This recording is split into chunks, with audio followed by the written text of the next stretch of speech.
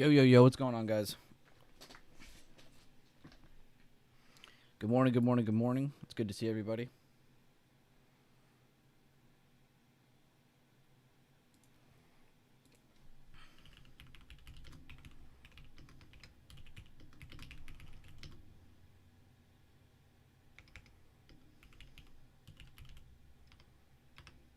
Taking profits on, or trimming most profits on the Google swing, guys.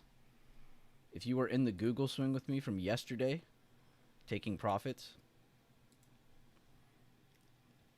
on most at 1.69. This was at 112. It's still going. So I'm just going to let that ride for like another 40 minutes. I'll see where it's at. But for most of the profits, it's already off the table. I'll do the math in a second. It's 57 per con over a 112.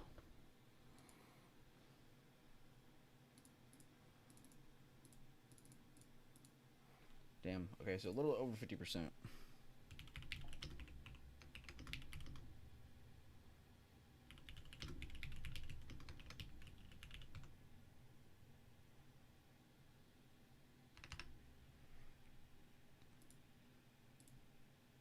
Runners are eating.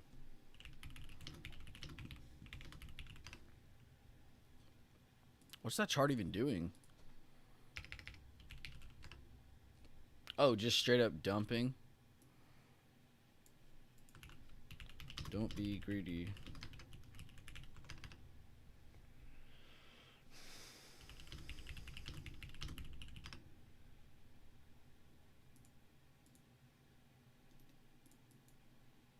You know what we need to do? We need to do this chart.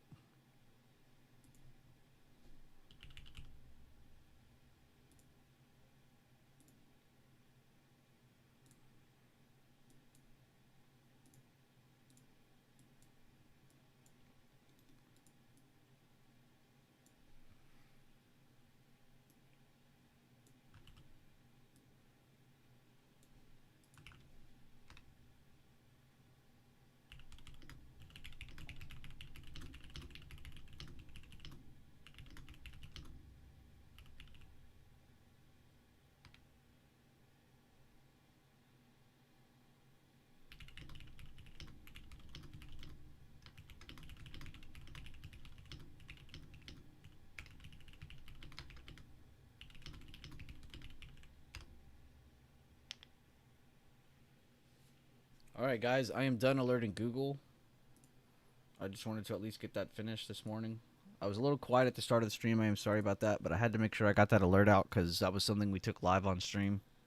So I wanted to make sure I closed that out correctly. Pretty proud of that.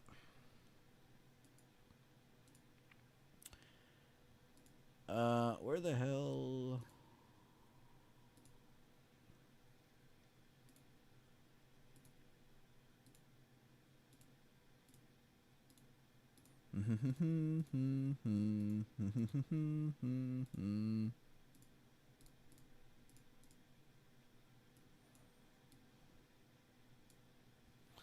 One other chart I need to check real quick too. Avgo. Yeah, as long as Avgo rejects this, you can look for more downside. So just keep that on watch, 331s, if you're an Avgo trader. I only know because I had that on watch, like, besides Google, so I'm kind of glad we took Google instead.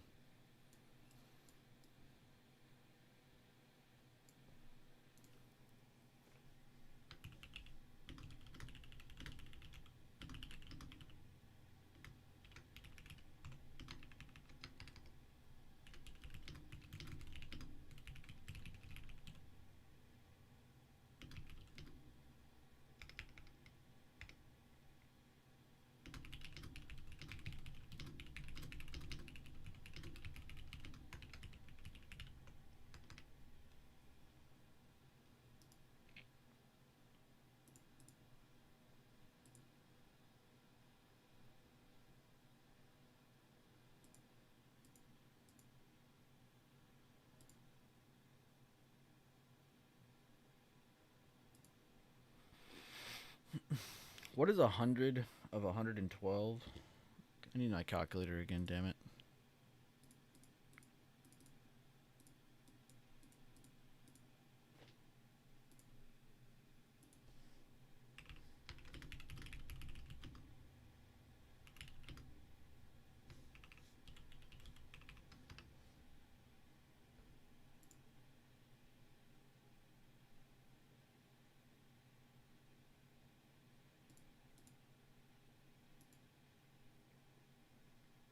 Okay, I have to repost it now.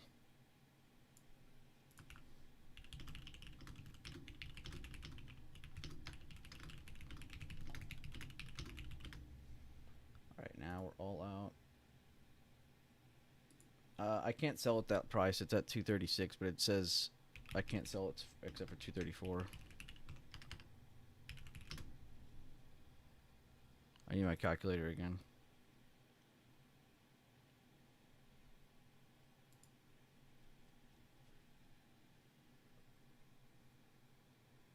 $122.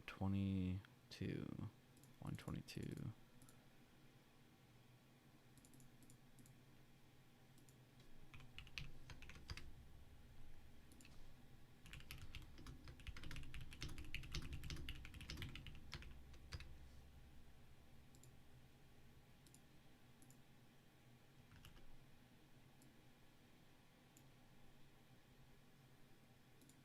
Alright, sorry guys, I was a little locked in for the trade. I can read my YouTube chat now, I'm sorry. Normally I'm way better about this. Good morning, D-Touch. Good morning, Ayala. Good morning, Matty Ice. Good morning, Mikey. Good morning, Susan. Good morning, Mikey again. Meta follows Goog, yes. Most of the time they do, yeah.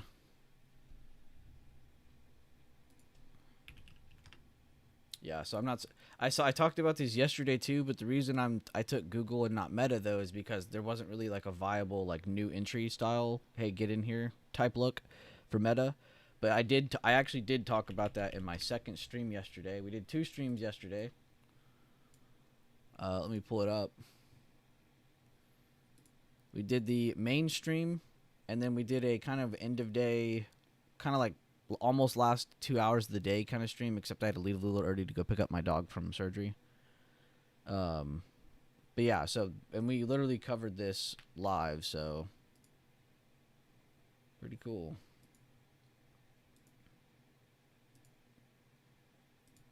This was actually the only one, if you go through this whole stream, that was the only call out that I had like any confidence in. You could see me get a little bit in Starbucks, but then I'm like, nah, let's just take Google. So I'm actually really proud of that. Bro, did I cover Google in like the first 10 minutes? What's going on here? I probably skipped over it.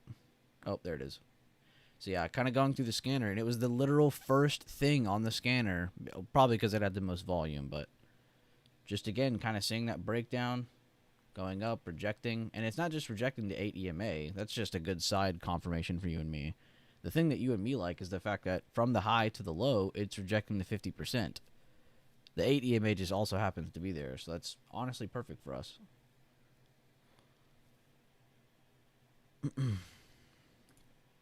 And now that thing is all the way down at 240. Not bad.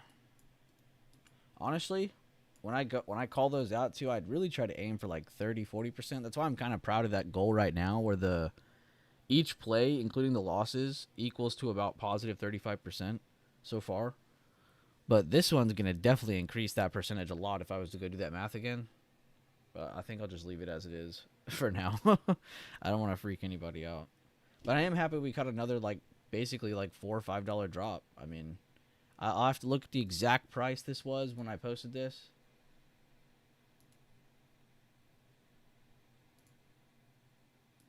It was at 2:03, so we posted it almost an hour into the power hour. But that was because, or with power hour left basically. That was because I had to leave early.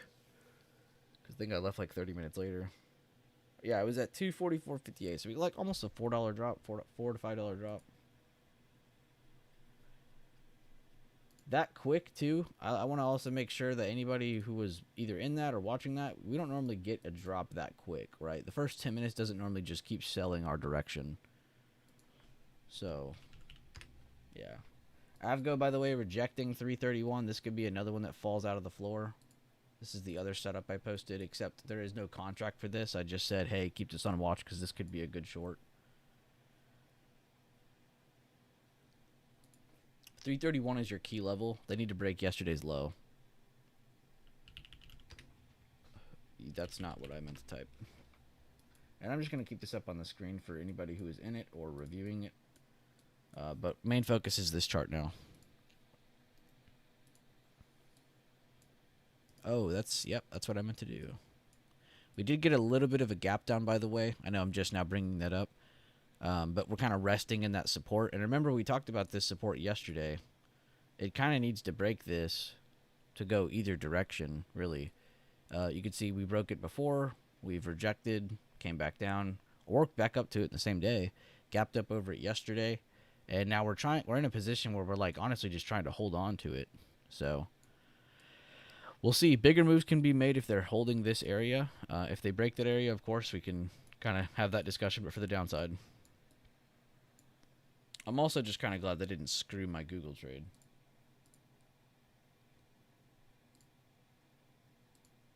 Oh my God, Garden, you freaked me out for a second. You said sold mine for 171. Thanks, B. I honestly was reading that as like a contract price thing, and I was like, oh my God, she's rich.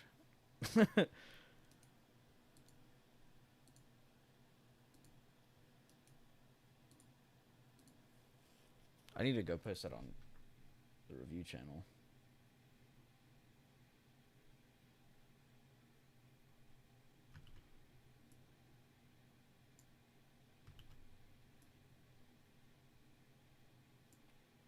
Oh, I even typed it in the post. I didn't even see that. I said overall market is in a spot where it's bullish, but slowdown could be seen as well as XLC slowing down already thanks to Meta. So a bit riskier, but setup is clean.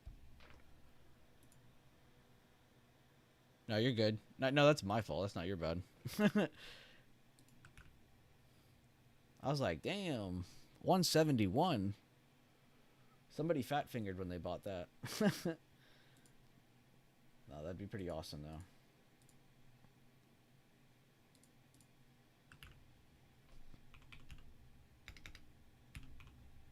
Did you buy at 112 or did you have to buy for a little bit more or a little bit less? Because when I posted that contract, I actually ended up having to buy it for a little bit less. It was between like 112, 113, and then the bid went down, and I was able to buy it for 112 right after it went down from 113. So I got it for 112. But I know when I post that, and I've explained this 1,000 times over, that it is going to move.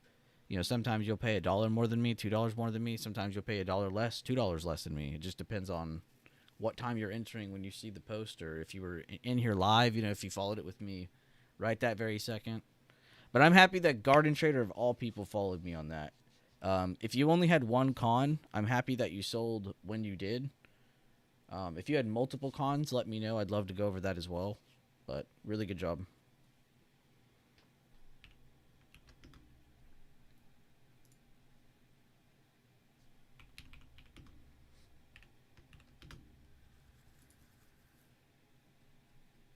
I'm really proud of that because I planned it to where we were going to sell like as much as we could on our first move, and it kind of did more than that.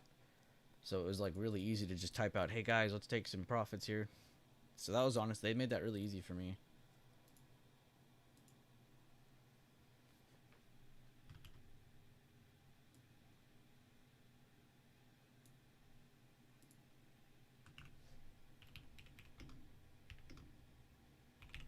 I keep forgetting the math on that, dude.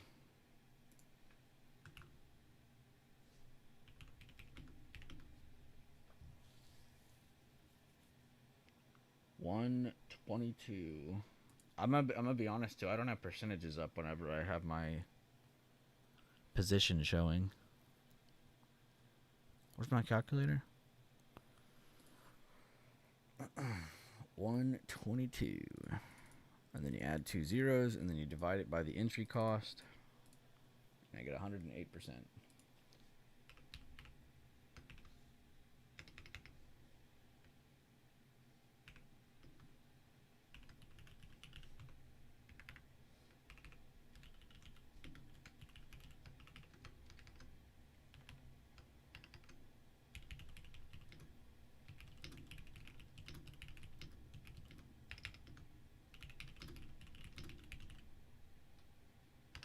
I think what I like about that play, and I try to reflect on that on every play that I look at, is if I'm able to post that early. I hate when I post a swing and it's like 250. You know, there's 10 minutes left. Most of my posts though, most of my swings are posted like an hour and a half beforehand. So I am glad we take advantage of that.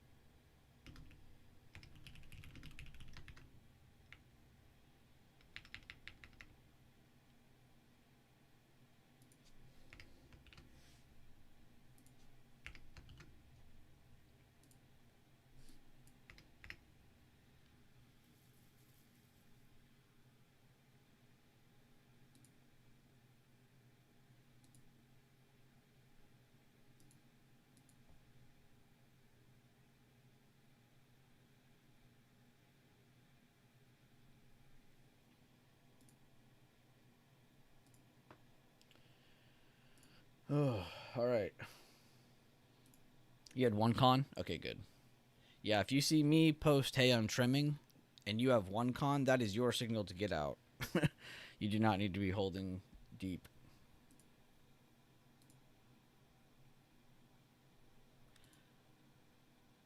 Actually, you did better than my trim. My trim was 169.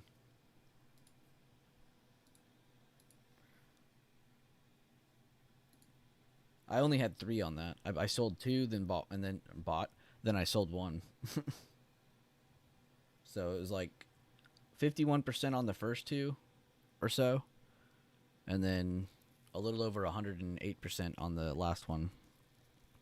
Overall, great result, and it already kind of gave us our outcome in the first 10 minutes of the market. Sometimes we're going to get swings like that. I talked about that before, but sometimes we're going to get swings like the last three I just did. Actually, no, Lyft doesn't count. Lyft literally happened the next day. Actually, no, Lyft was a 2-day swing. My bad. But the other two, though, I can't remember their damn names now because I've already thrown them in the trash in my head. Hold up, let me find it. TTD and USB. Those were two trades that I had to hold for like 4 days on one of them.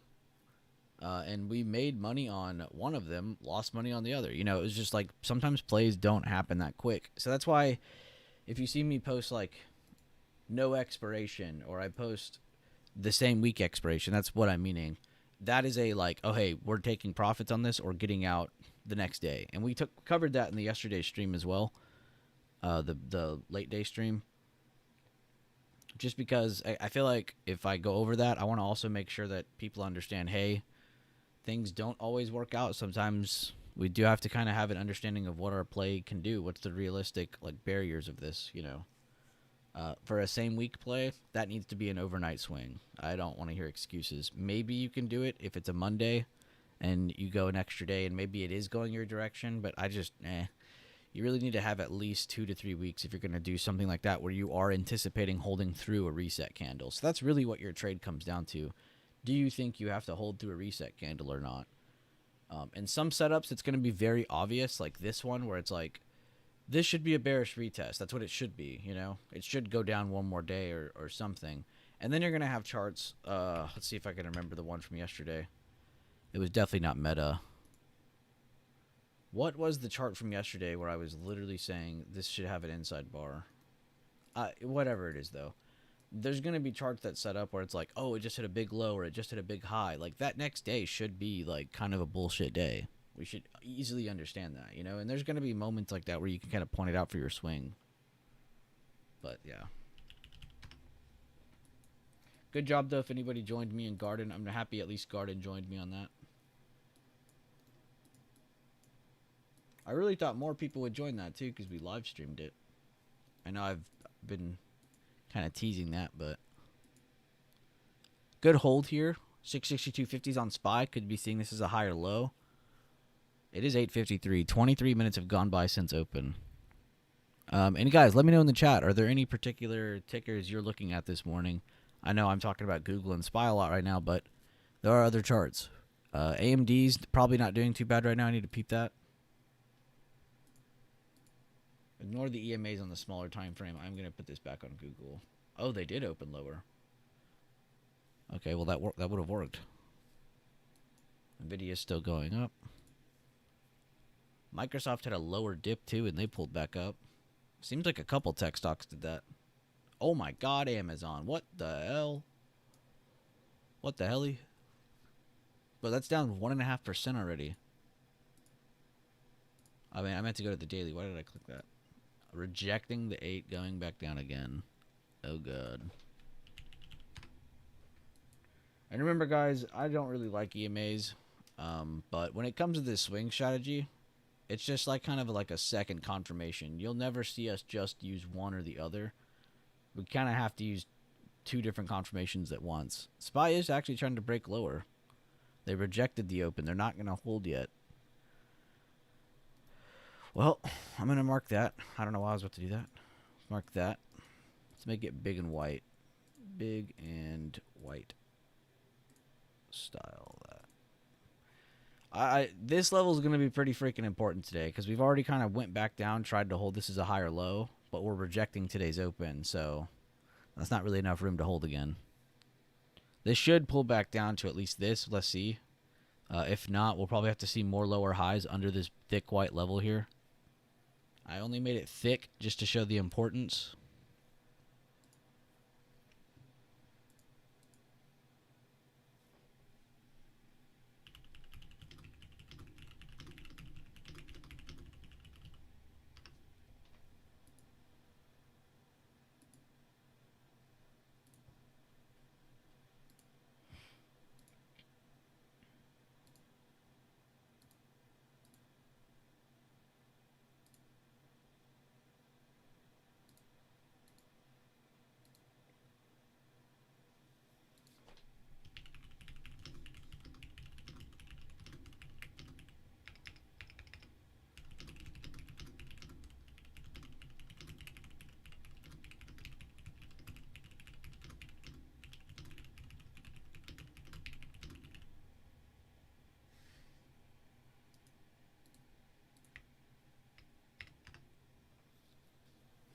By the way, my dog did great. She's already kind of walking around.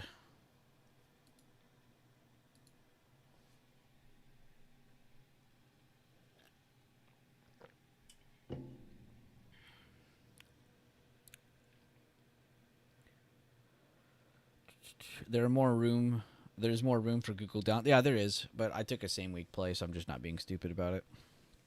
But there is definitely more room for it if it breaks this 240 area, honestly. I think if you see a hold under that and Meta have more room underneath. But I agree with you, Mikey. I'm just trying to be smart about the play. But yeah, those charts still do look fine. What's up, Lag? Any news at 10? Oh, good question, Jennifer. Where the hell's financial news? There it is. So need to know risk. Gold rose to a record high and treasuries held their gains as concerns over U.S. government shutdown clouded the release of data seen as crucial for determining the path of Federal Reserve interest rate cuts. We already know all this. At 9. Yes, there is. You were correct. There's JOLTS job openings, but I'm gonna be honest with you. I don't put much importance behind the job openings in consumer confidence anymore. They are sometimes giving off like good, quick, volatile movements, and maybe even do cause some bigger moves beyond that. But I don't know. I just don't really like to pay attention to them super heavily anymore. They used to be something that was like, oh fuck, dude, these are coming out. And they still are regarded as highly important. Don't get me wrong. And then the potential shutdown is tonight. It's actually not tomorrow. I've been seeing a lot of people say it's tomorrow, but it's actually tonight. At exactly 11:01 on the dot. The 01 is real. 11:01 today Central Standard Time. 12:01 EST. That is the potential government shutdown time. Everybody needs to remember that. I'll be honest with you guys. As a trader, the stock market wasn't that bad during that long ass. This has happened before. I don't want people to act like it's just Trump who's shutting down the government. The previous office shut down the government for almost a full year. So, this isn't the first time we're experiencing a potential government shutdown, and if it does happen, it won't be the first government shutdown we've experienced. Not even in the past 8 years, which is a little crazy. But as I remember, though, I do believe the markets were volatile, had movement, very liquid, so I don't... As someone that looks at the stock market, I don't know if I'd be too worried. By the way, is Bull going up right now?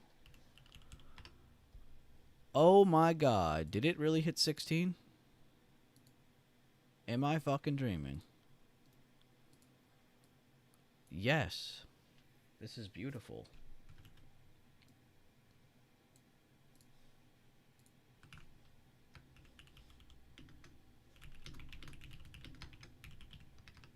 Bull hit 16 today, dude. Let's go. What a crazy, 2-3 weeks it's been for that chart.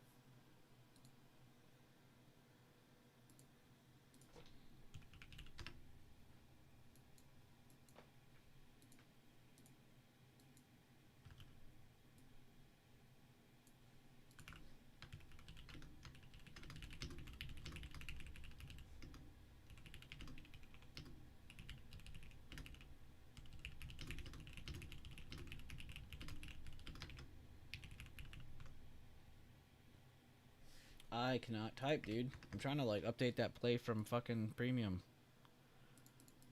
I traded Google, but Avgo is the exact same setup. Honestly, good job to anybody who was watching that. I saw Mikey early on already kind of say it. Really happy to see him just kind of destroying that chart. Not kind of, he is literally destroying that chart. Trump makes an announcement today. We'll probably see a million of those this week. Jolts just came out. Actual is 7.22. Forecasted was 7.2. Previous was 7.181. So not really a huge change. Forecasted 96. Previous was 97.4. The actual consumer confidence was 94.2. So consumer confidence a little bit down. Again, these are like just short term, somewhat important. I'm not going to put too much emphasis on either of those. Anybody who tells you that consumer confidence and JOLTS job openings are like the most important data to look at right now need to go. Need to tell us who their drug dealer is, because I would love to smoke what they're on. They're on some otherworldly shit. Now tomorrow is a lot of shit. The next day even more. The next day even more. This week, Wednesday, Thursday, and Friday are full of news. And you have jobless claims on. Is that Wednesday? No, that's Thursday. A lot of news, though. A lot of news. Go to financialjuice.com to check it out for yourself. And then briefing. Let me see if briefing has any cool updates for us. Nope, not yet. Cool.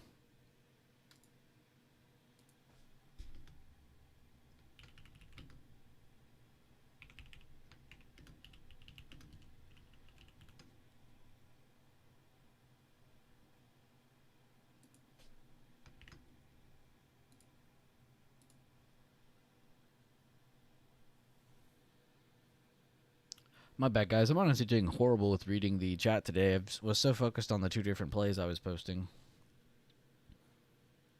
Any news at 10 a.m.? I already read that. Avgo 3024 approaching. Quick scalp off the open. Good looks, Carter. I'll have to check out your review later. The big cheese talking, I think. Now we see if we hold or reject the lows. I have neither chart pulled up.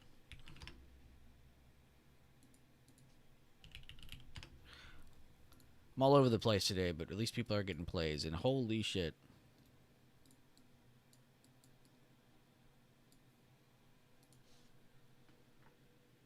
Pretty much a nothing burger of an event. Yeah. Market knows it will be resolved eventually anyway.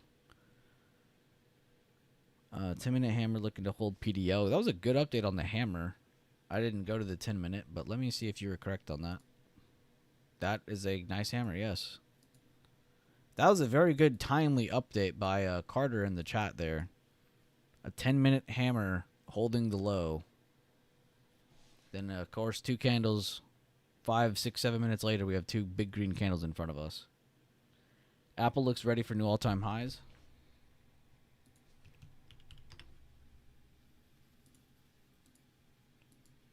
We can take the EMAs off now. Honestly, it is still kind of gearing up. It looks like it is kind of. Where is the freaking button for this? There we go. It's kind of annoying to find when it's all crunched up. I did go mark the supply of everything, and there is just this one area right here, but it's literally that's what it's been consolidating under. So I agree with you, honestly. And honestly, if anybody else typed that, I would have had to like go through a bigger discussion. But Rob has actually posted a few charts just like this in the recent past, where they're kind of like up, gearing up for a next potential move up, and then all-time high. There's been at least 3, 4, 5 examples just from the past month. But this does look good. For potential, like you said, potential to go and kind of rally up to make those new highs, because it is right there. Why not just do it? That is the all-time high supply, though, just to be certain with everybody. They're up in there. They're just kind of consolidating, and not honestly a bad consolidation. Good higher low there. Didn't once break this short-term EMA, so looking good still. Good morning, everyone. Let's pump those likes. I agree with this man. What's up, Data J? Good to see you, dude. How many billions of dollars did you make this morning? Laughs and Rich.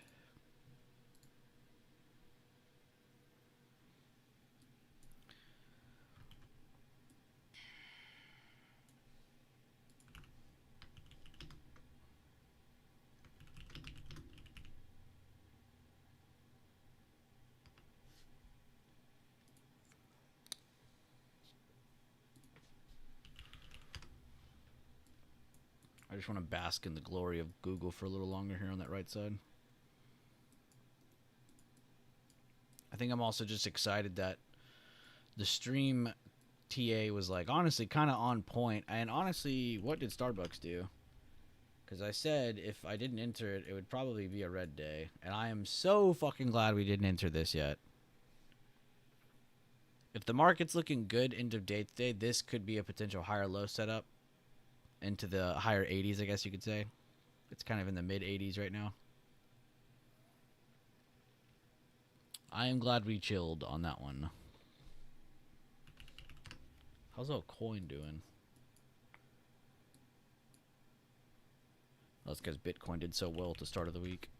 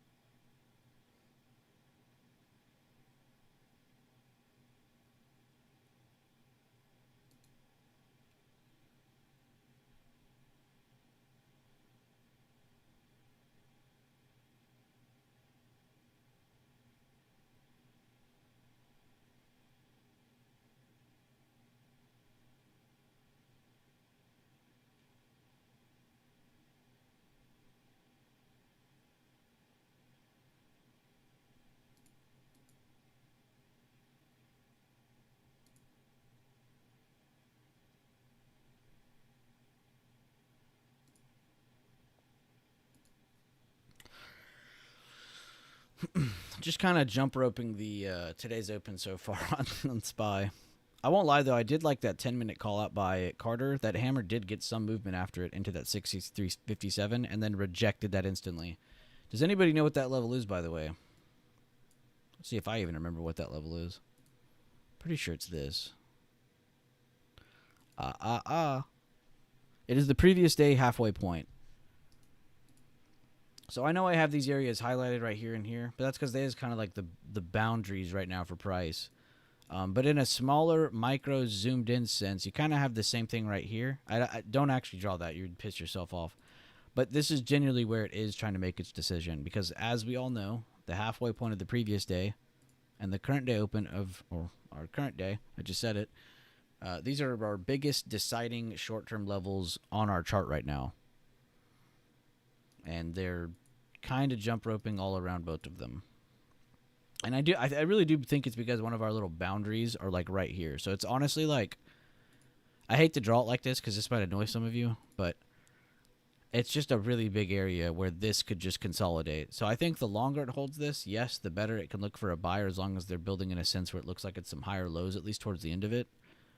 But the more they reject this level and the more they consolidate here and kind of start to look even more shit, the further they go down. So rejecting this, going down, rejecting this, going down, rejecting this, like very slowly over time, that could be bearish consolidation. So I would not just watch for this to keep doing nothing.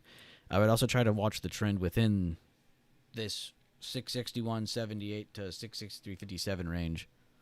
I would genuinely try to figure out, is this making lower highs or is it making higher lows inside of this? And as long as we hold it, that is technically a little bit more bullish than bearish, but I think we can all have eyes for ourselves and see if there's some bearish candles popping up before the break. Not a bad showing by the bears or the buyers, and it's only been over just the last 15 minutes. Last 15 minutes, there's already been signals for both sides. So definitely you want to be on your hands right now. Honestly, it might be a good time to go check out some other charts too. Maybe I could find something on our other screen. Oh my god, I gotta do this every time because I can't find the button. And then we'll click that back on.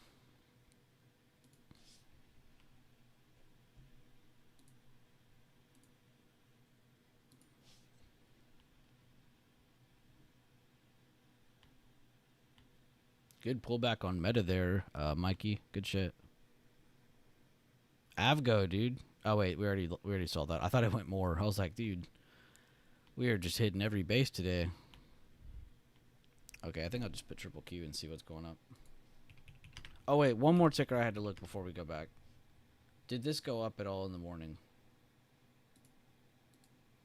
No. Okay. We did good stopping to not watch that. Triple Q. 2-day 5-minute. And I need to draw a couple levels because I didn't draw all of them. When we reset our chart yesterday. Because I am the worst when it comes to that. And every time we chart something, I like re-clear it and all that good stuff. And then I'm left with like one of my charts not having levels anymore. Oh, let's go. Alright, so all I did was add the gap halfway point, the previous day halfway, and the yesterday's open, sorry. Today's open's right here. Therefore, I have some levels here for my triple Q chart. That is not easy to look at, Jesus. I think I'll just leave it like this for now. So we can see, oh look, it's above stuff. I need to add something below it. I forgot we literally did clear this chart. Emerging candle, emerging candle.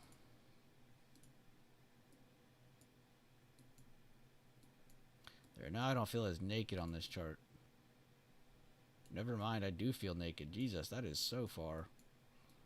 There's got to be something in between that.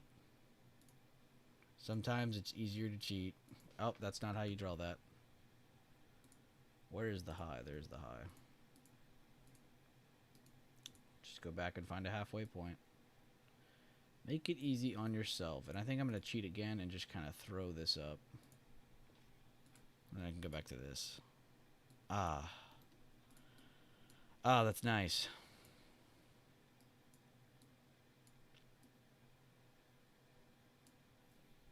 All right, SPY and triple Q up.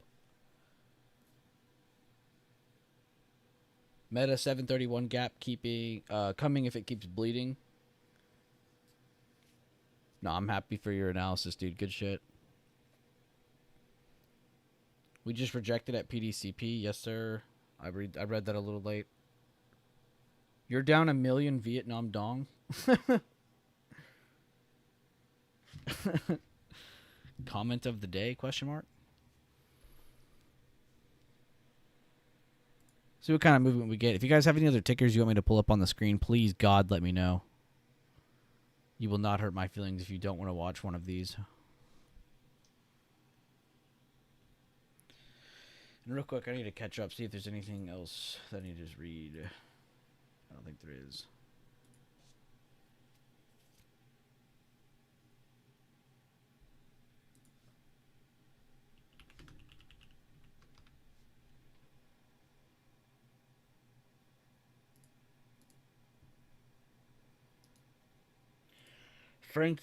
Sand Dollar, that is crazy that you just mentioned that ticker. I saw that on a random like watch list from like a couple years ago, the other night, and I was looking at it and I was like, oh wow, I remember this ticker. That is crazy you just posted that because I did not do that on stream.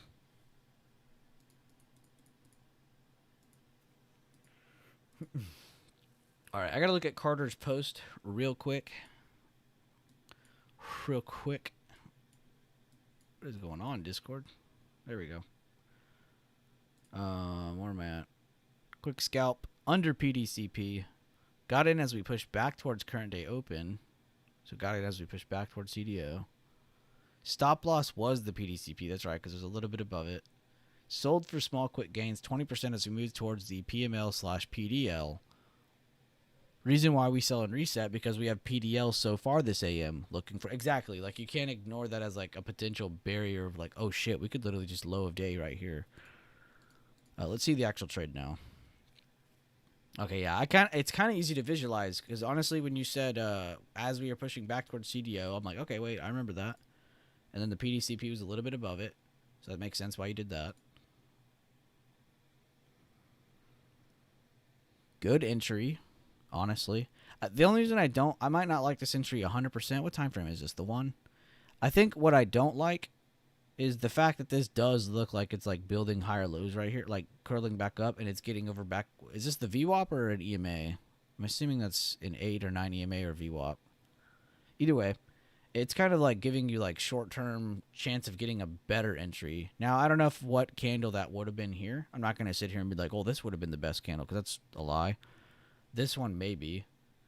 This one would have been a lie. That's fine, but then you're back basically where you are here. So it's like it's hard for me to sit here now that I've seen what happened and be like, this is a bad entry. But if I isolated just from here to here, I probably would have waited another couple minutes. Just because this does look like it's going to go up a little bit more. But you know what? I can't get onto him, though. He had conviction. He said, I'm going to enter under CDO, and if it goes above PDCP, the orange line right here, then I'm going to get out. It actually didn't even get halfway to that.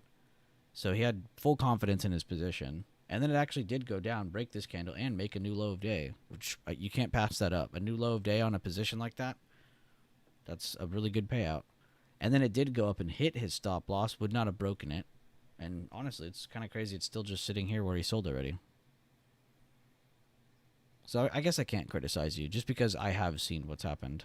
Whereas you in the moment, you didn't, you can't see the future. And if you can, hook us up, dude. What the hell? Let's get a round of applause though for Carter, guys. Let's drop some emojis on that. That's honestly really good.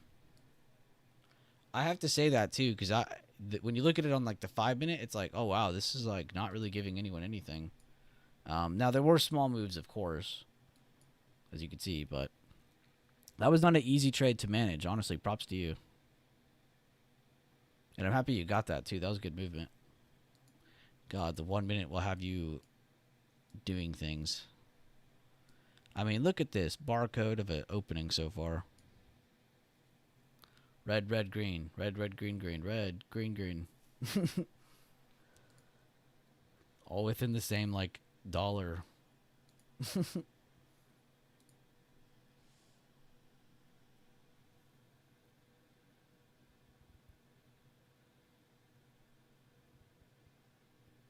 Did I do anything on IWM? No, I have not. That's a good chart to pull up, though. I'll pull that up instead of Triple Q if you want Nick. I think you and me were watching it last week. Or was that yesterday? The only thing I adjusted, I didn't adjust anything. Yesterday we cleared the chart. I just added that backwards fib from recent dip to the all-time high, or to the high. I did not add anything else though. I probably should. Hey, oh, let's go. I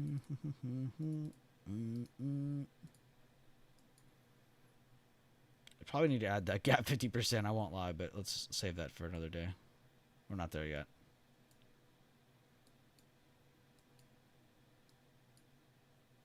Could probably add this day's 50%. Could probably add this day's 50%. Could probably do that to this day. Could probably need to do it from this day all the way to this day. To be honest with you, and then that'll give us the rest of the levels we probably need for this chart. Okay, come on. Be a little lazy with these. They don't gotta be perfect.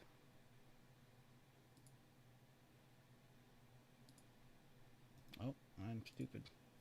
There we go.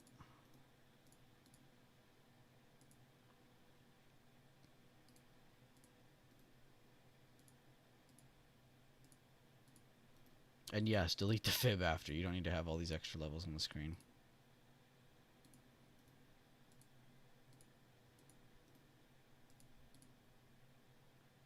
Okay, this one does need to be accurate. 51.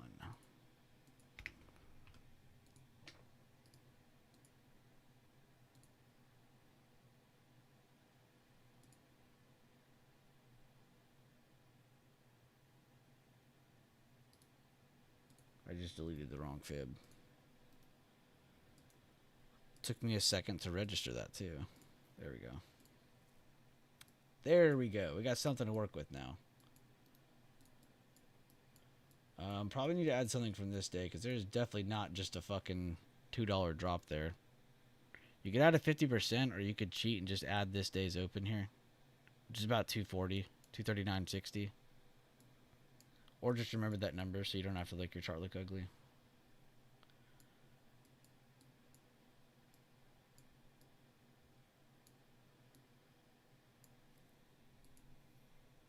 All right, now we have it. Nick, I got it already now.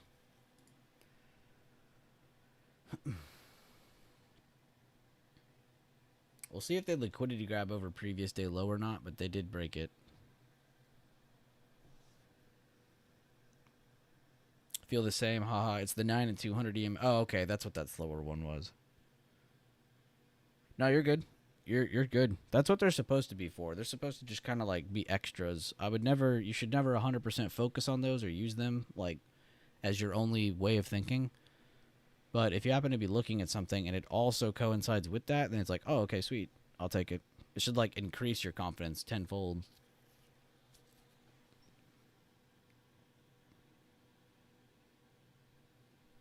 You 100% right. Yeah, that was a tough one. You did good though on that.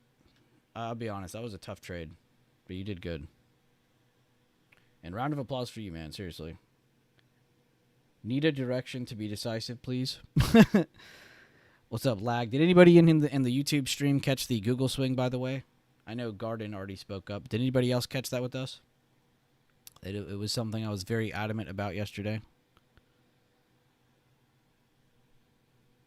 It's the last day of the quarter. Isn't there rebalancing happening today? Oh, it is, isn't it?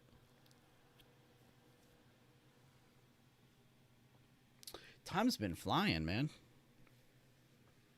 I'm going to be super busy these next couple weeks, too. But I'll still be streaming and posting and all that good shit. If you guys have your own swings, too, or your own little posts or trades and stuff, feel free to share them or whatever. This isn't one of those communities where it's like, just call out, call out, call out. We don't have emotions here. We like teamwork in here, you know. Showing why you think this is that or that is this or, you know, whatever. It's good to have those conditions set.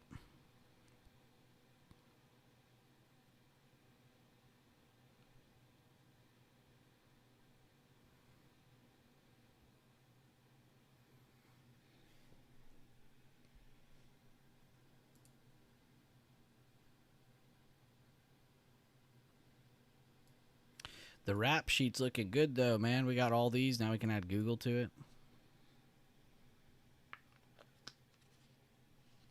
Which Google is still not even our biggest win. I think this is going to hold up as our biggest win since my, like, comeback. Yeah, that's probably going to hold up for a while. Because that was a legit, like, it has good analysis, but kind of more of a lotto play. And we typed that out as well, as all explained, but that's probably going to be our biggest win for a little while.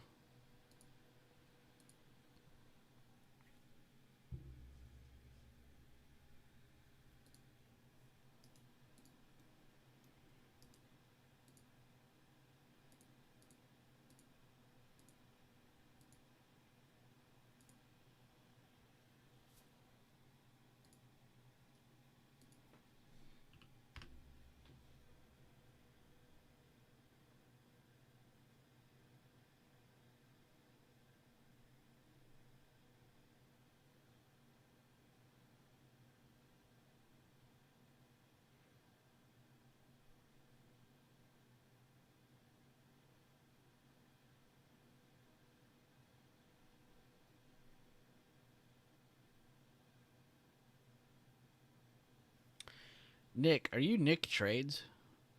Nick Filla? Why do I get that impression?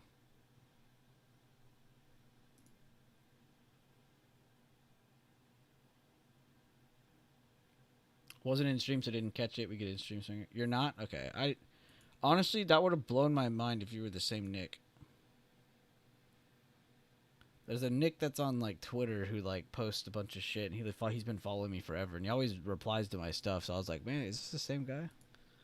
That'd be mind blowing.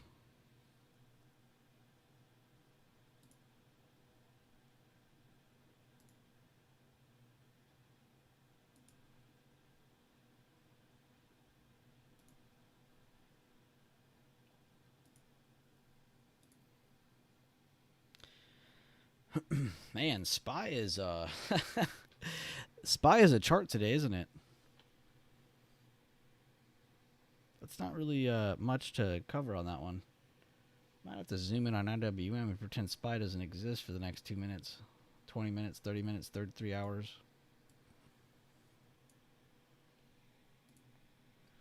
What a painful looking chart that is.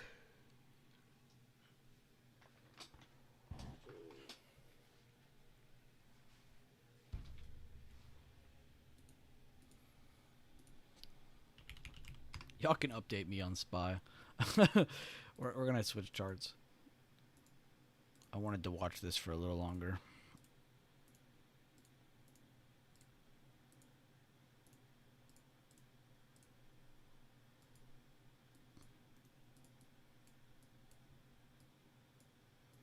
God, you gotta like fix it all up. There it is.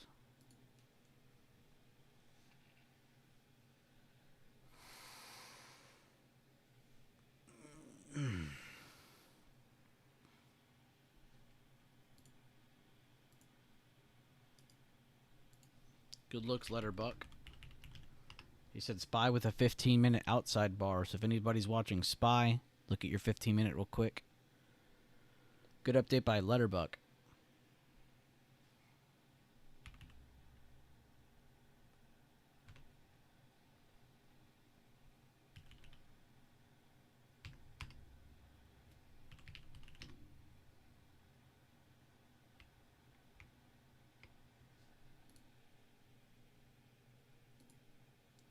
We talked about this too. If anybody who's been in my streams has been paying attention, if you go to the Spy Daily real quick, you can look at it for yourself with me.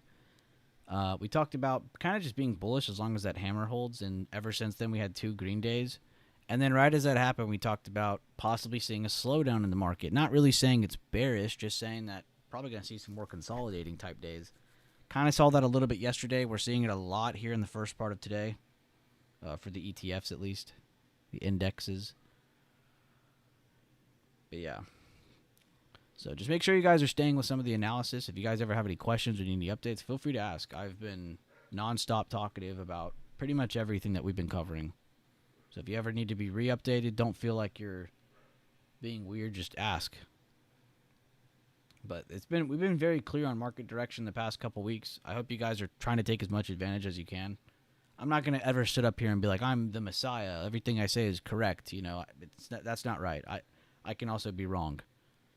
But honestly, these past 2 weeks, it's been kind of hard to be wrong. Some of these setups have been really easy to watch. I'm not trying to glaze myself. I'm genuinely glazing how good our system can possibly be. If you just kind of lock in, be disciplined, make more passive decisions. Sometimes understanding that there is literally 2 devils in front of you. And instead of taking the lesser, just maybe not taking either of them. I know it's easier said than done, though, as all of us have come to learn. And be sure to drop a like on the stream. We have a daily goal of trying to hit 20 likes, which you guys actually almost did that in the other stream too, which I didn't have any goals for that stream. So that was very cool of y'all. Yeah, share the stream around if you can on Twitter or wherever you have social media, and drop a like on the stream if you can.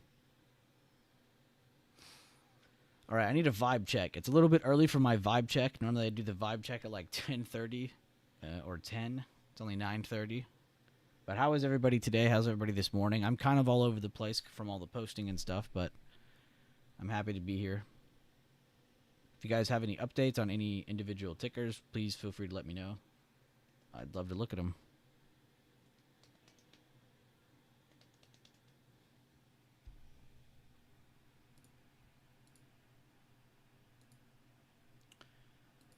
And yeah, when it comes to those end of day streams too, I'm kind of just going to play it by ear. I don't know if I'm going to be trying to do them every single day. We talked about that in the stream as well, just so we don't burn ourselves out. Also, I'm kind of a big fan of like not trading the next day after a big win, so I don't plan on trading another swing tomorrow, going into tomorrow. So there's also a lot of news coming out as each day comes this week, as we talked about earlier.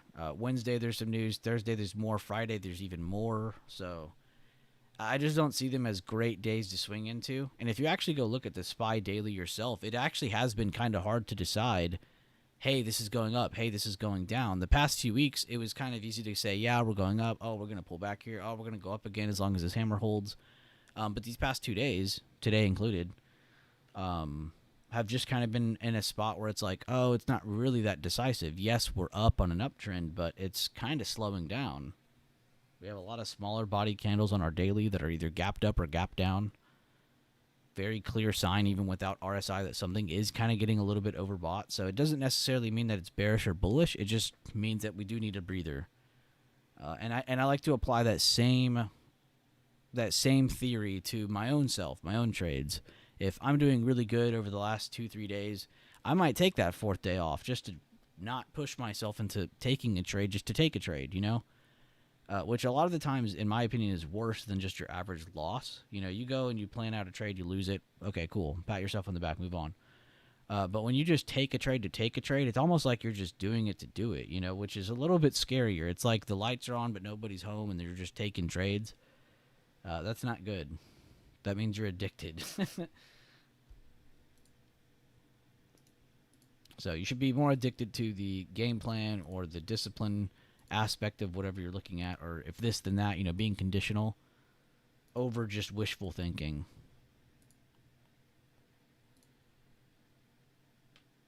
Thank you guys again for all the likes on the stream. 20 is the goal. Appreciate that. And thanks for all the wishes for my dog to be okay. I did get a lot of DMs from you guys yesterday, and she is fine. She's recovering. I don't even know how long I laid with her yesterday. It was a while. Just trying to comfort her and stuff. She was a little freaked out. Towards the end of the day and this morning, though, she's already almost back to herself. Just injured, of course. Just a little sore.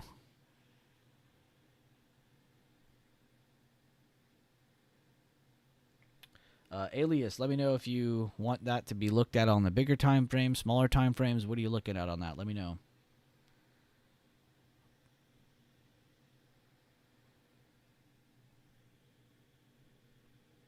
The daily? I love it. I love the daily. Love it. We'll ruin the Google chart. Ooh. Honestly, not much to cover on this. Just looks really, really good. Looks like it should continue up. And honestly, people really like freak out when they see these kinds of trends where it's like red, green, red, green, red, green, chopping, chopping, chopping. Like, this is what you want to see on something that's going to continuously go up. So honestly, even just looking at it just like this, I would say it's easily going to go over 500. Where's a good target zone should be your question. Honestly, it's pretty close to where it needs to go. Between 500 and 509.50. It's kind of just using the high to the open of that candle before they dipped. They're kind of right to it. But I would almost bet that they do try to work towards 510, not just hitting this and slowing down. Because that is an exceptional amount of seller days. You know, really ugly price action. And they still grind it up. So that's honestly really good for bulls. Good find. I have a couple people on chat who post LMT and RTX, and I've been seeing LMT just kill it. I mean, I'm not really surprised, though, to be honest. But I am happy to see it. Good looks, though. This is a good chart. I don't really have much else to cover on that because it's just going up. But I did want you to know that a lot of people are going to be scared, which is really good for people who are trying for this to go up more, because you need that fear to bring the liquidity to bring the price to go up. So that's actually a good thing for you. Good looks, though. Not a bad chart.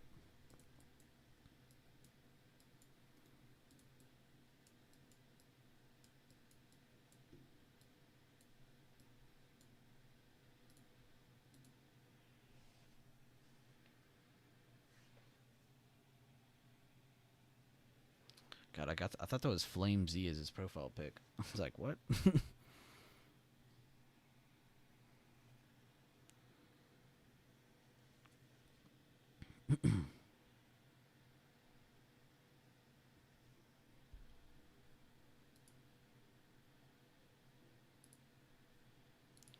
15-minute outside bar followed by an inside bar on SPY. Letter Buck letting us know.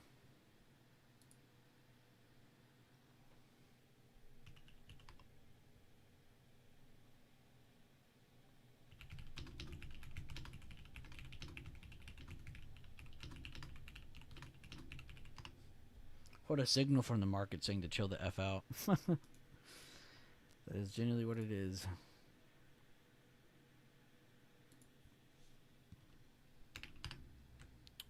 That is not what I typed.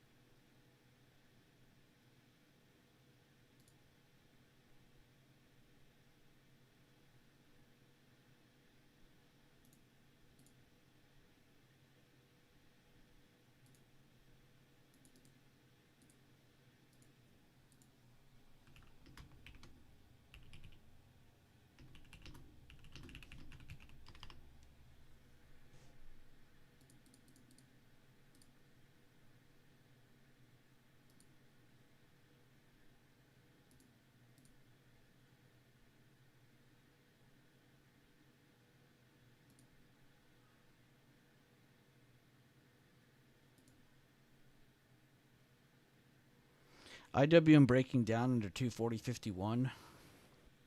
And if I do say so myself, Nick, these hammers here are both rejecting PDL.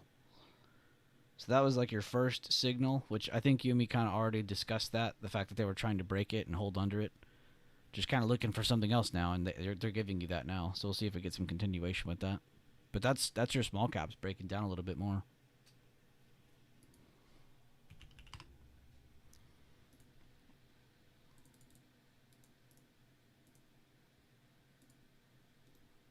I was going to say, SPY should be somewhat following that. Some sort of red candle. And just like we thought earlier, it's just kind of stuck to the levels here. And we'll see if we get that other scenario I talked about where they break down the level, create lower highs. Break down the level, create lower highs. Break down the level, create lower highs. They've done that on IWM. They're starting to do it on SPY. But no break of any of these levels yet. Of like our last support level. But also looking to see if there's early oncoming signs of bears.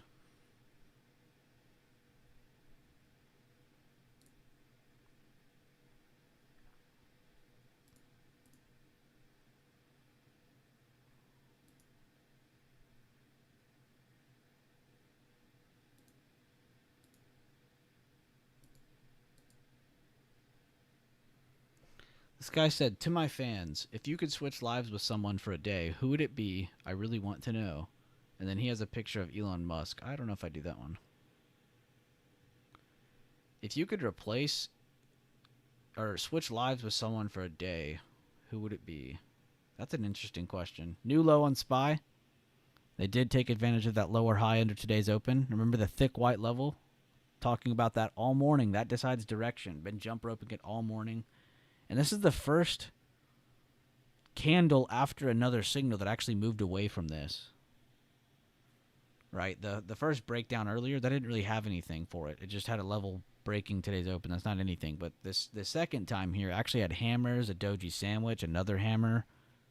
And then we're getting a red candle to appear under that. New low of day there. IWM's been pulling back a little bit more since that mention. Honestly, great job, Nick, having me pull that up. That was probably the perfect time to do it. I don't really care what Triple Key's doing.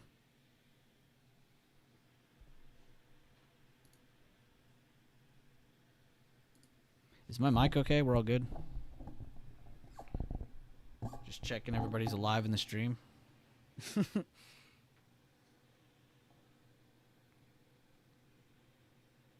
New low of day. Let's see if we actually get a break of this level, though.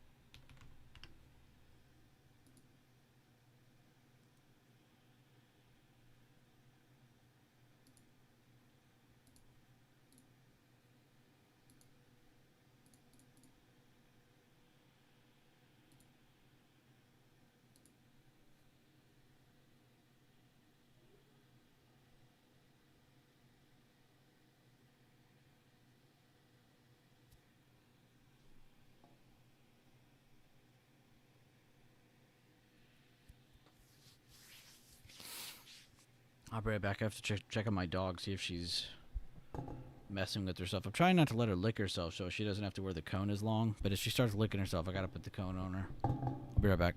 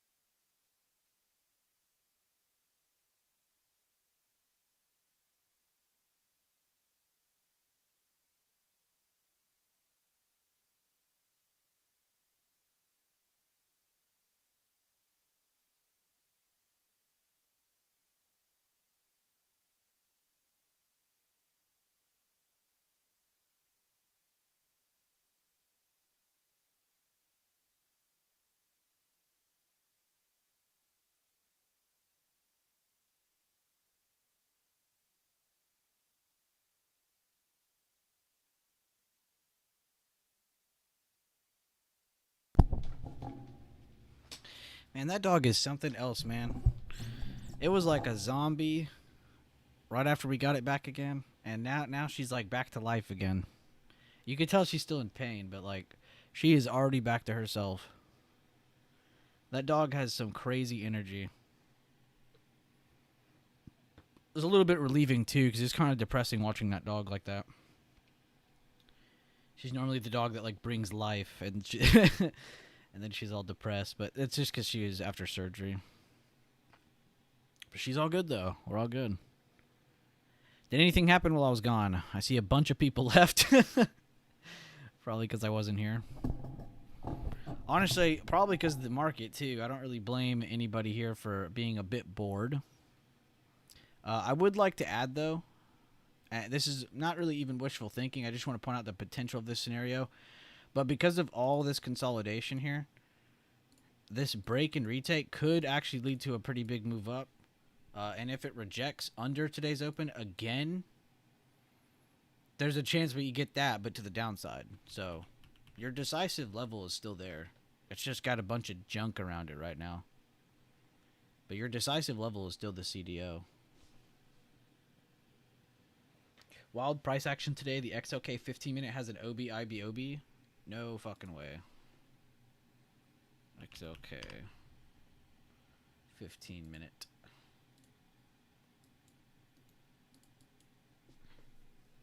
All right, slightly higher open. Huge wick. Then we got an inside bar. Outside bar.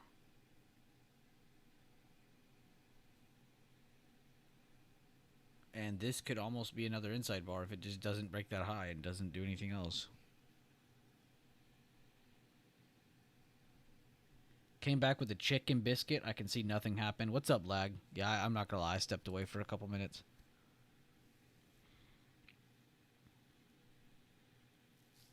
Very interesting letter buck. Thank you for sharing that. I've been reading. I have Discord up on my screen here, and I've just been reading your updates. Because I know some people are just straight up typing in there, and then I know some people are just straight up watching in here. So, what the hell? Why did I pull up 2 SPY charts? What am I doing? I guess I'll just pull Google back up. JP Caller renewing. JP Caller. End of quarter, government shutdown, and Trump has a big speech. Market is acting accordingly. Yeah, I guess you're right. We can't really sit here. And I explained some of that too earlier, but I guess it is kind of hard to actually feel it in the moment. But yeah, I guess it does make sense why we just have like a really shitty opening. And you can see on most stocks too that did fall this morning have already been consolidating the past 30 minutes or more.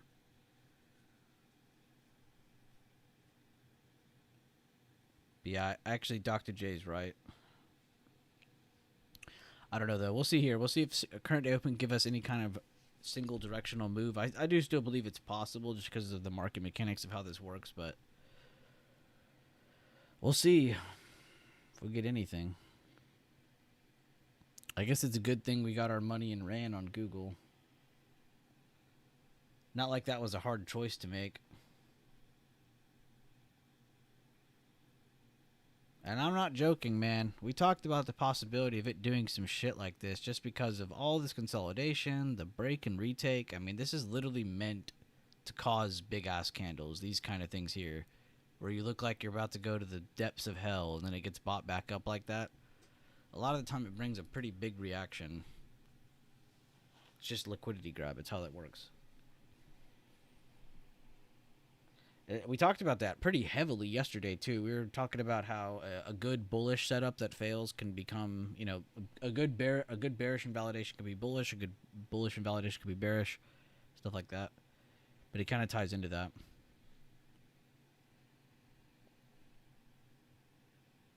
And yeah, were you here when I said the government potential shutdown time? There's like an exact time for it. On that news thing. It said 11:01 my time. So 12:01 EST. What is that? 9:01 California? What a crazy time.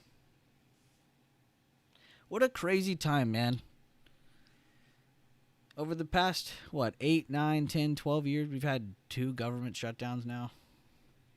If this one happens, it'll be the second, I believe. If there's more, I'm not remembering them, but I'm just remembering the big one that happened where we were literally shut down for like 9, 10, 11 months. Like, it was almost a year.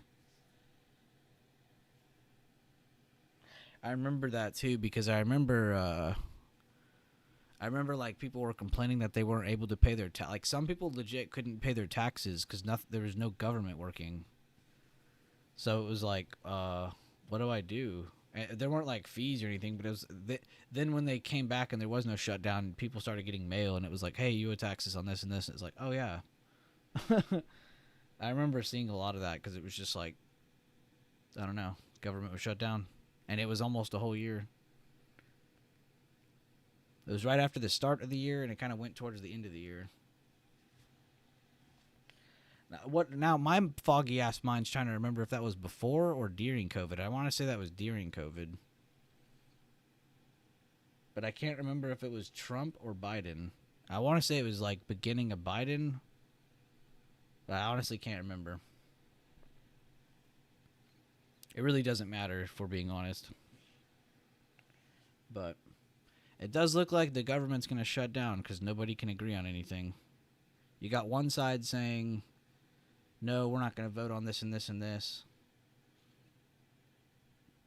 And then you got the other side saying, well, okay, we'll just let things shut down then. It's like, okay, what the hell? This isn't good for consumers like you and me. I'm speaking to you in the stream right now, yes. It is not good for you and me. I really hate when we see government shutdown news because it's like, these ignorant pricks, we put them into power, we allow them to have all that money, and they want to shut the government down because they can't agree on some shit. It's crazy. And the only person it hurts is the consumer. I really hate when they're like, oh, but some people that work at the government aren't going to get paid. Whoop-de-fucking do. I know people that are going to be working their ass off who are going to be really annoyed about this. You know, it's like the average consumer should be pissed about the government shutting down. We got to stop letting old people into Congress. It's not even that, honestly. I don't even really agree with like the whole old people suck thing, like as our thing. I really don't, because there are some very competent people who are in the like Congress. It's just they would all rather disagree and like make it a public fiasco so some of them can keep their jobs and shit longer. It's like I just, at what point does this just become stupid? It might have already be past that point, and it's crazy because I really mean this. Like I don't mean to like piss anybody off in here, or, like go crazy, but like, bro, the government shutting down is horrible, and it's honestly very childish. We got grown ass people in power, and they're arguing like children. I don't care if you guys are Democrat. I don't care if you're Republican. I care that you're an American consumer. You and me are on the same side. It doesn't fucking matter what your beliefs are. We're on the same side at all times. And I really wish more people thought like that, because it's like we could have completely opposite opinions, but guess what? We are still on the same side. There is no one versus the other. Like there's no sides. We're all on the same fucking side.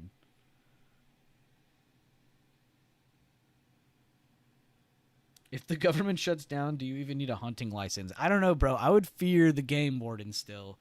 I would fear the game wardens. I would not fuck with the game warden. I don't know what happens to them. Let me Google that. I would not fuck with the game warden, though. Those are some hard motherfuckers, man. If government...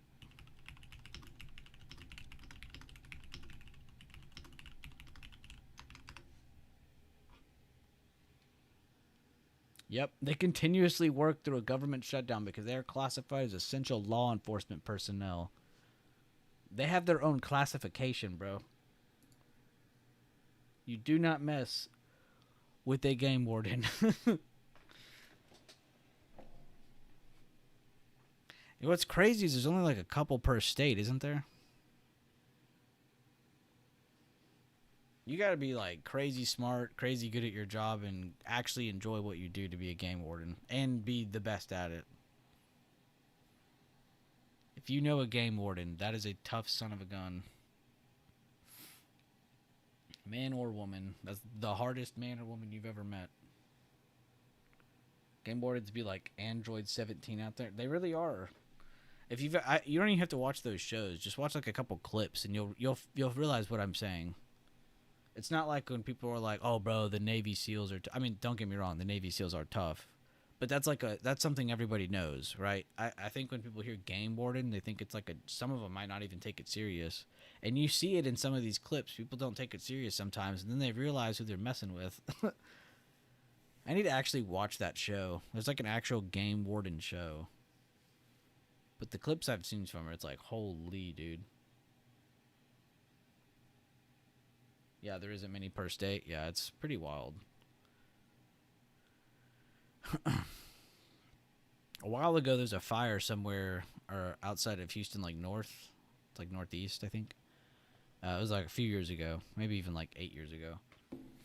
And I remember after there was like some like not like poachers. I don't know what we were even calling them, But that's kind of what they were doing. By the way, break and retake of today's open after a break and retake of yesterday's low. That's 2 retake trades happening already. This could actually be doing that scenario where it does actually get a really good move up. Single directional move. It was building up energy that whole time, and we have 2 retakes already happening in this latest move. We'll see if that continues. This is also following the cleanest bearish move we had on the day, so it's like they're spitting on us now. Honestly, though, this speaks good lessons about trades, though, because the only bearish setup that really popped up today did make it down to previous day low. But if you were trying to be greedy and hold longer, you'd fuck yourself. Same thing for any of these like quick retake trades, which honestly you're very ballsy if you're doing those. They hit today's open. You know, they're almost at today's high, which isn't saying much, but it just goes to show if you hold any past your targets today, you're definitely going to get screwed.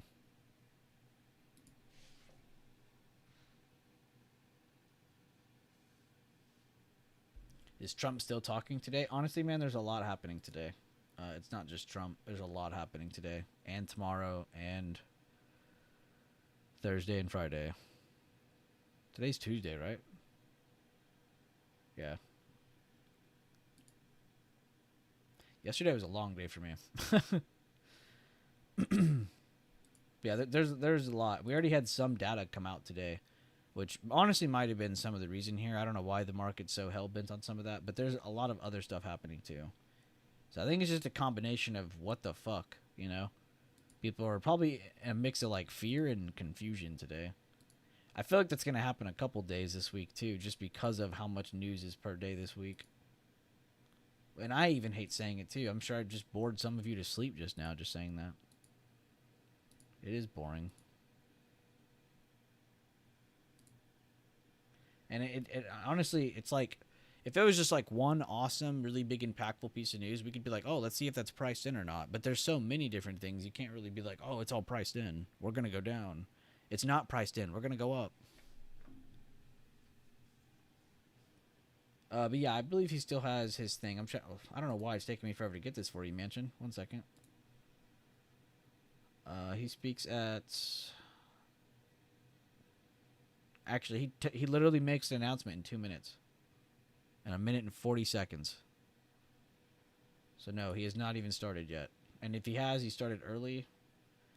And then he has something at 2 o'clock where he's signing executive orders. But again, some of this stuff might not matter. The big thing is the potential government shutdown. So unless he comes out and says anything regarding that, then nothing else really matters right now. Unless he's like ending another war, then, you know, that'd be cool too. But I'm pretty sure his announcement should be focused on the government shutdown, though.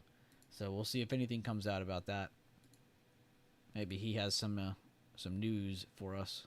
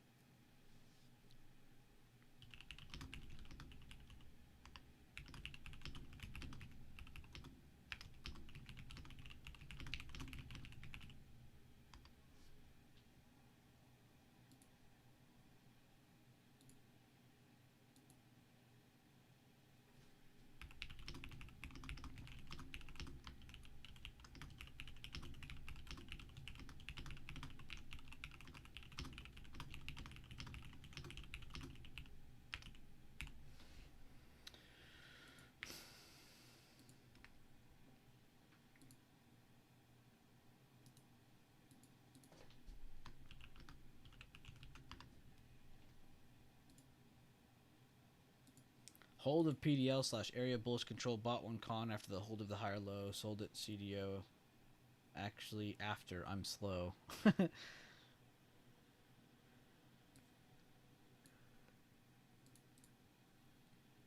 Let's see what Garden did here. Why does it do that?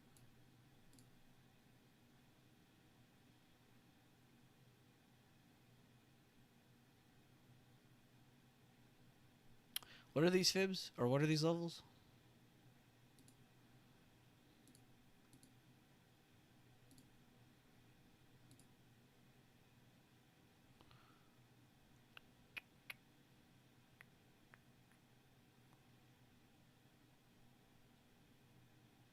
Damn, I kind of like this trade, honestly. A bit ballsy. But on a day like today, I mean, that's the only way to get our piece in. At least you waited, too, for the low. Like, if you were to just wipe every level and indicator off this screen and we're just looking at candles, no volume either. At least there's the low. And I kind of like that it's like this, like, lower open low that closes right here. So, majority of that kind of stuff. It's kind of like a piercing line, but on a smaller time frame. Very, very subtle, but very nice. I don't know if you draw a fib from here to here, if that's a 50% or not. It might be, but that would also be something to look at to see if this is a higher low or not, considering you have that. And then you have the higher low. And then you took it after the higher low, which is honestly beautiful. So that in itself is already okay. That's good enough. Damn, nice. 37% is really good for that, too. Honestly, you probably did really good percentage-wise, too, because you're trading something that people are probably scared to jump into longs on. So when it does actually go up on the longs, it's probably heavily in your favor. Very, very good post. Very, very good post. Both of you, actually. Go drop some fire emojis on Garden Traders post, guys. That is honestly a dunk. Oh, the previous day fib and the two. Okay. Wait, let me see compared to mine just to head it over it. Okay, our levels are pretty close. I don't know if mine are 100% accurate. Yours are probably more accurate than mine. I think I lazily threw them on. Okay, cool. No, you have this right. I think I just really like that you waited till the higher low, and then you were like, okay, cool, it's popping over it. Because if we were going to take any kind of risk on anything, it would be that. So at least there was that. And those were some good previous day levels you marked. So you were at least aware of what you're looking at. Very, very clean. Also, I like you only did one con, because it was kind of like reflective of how today is like meh. Good shit.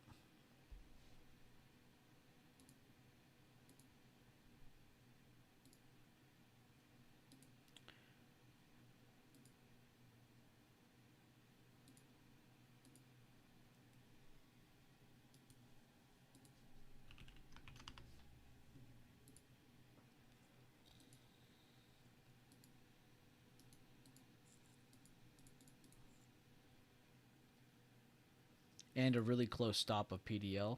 Oh yeah, good mention. I didn't even think about asking you that. What the hell? What's wrong with me?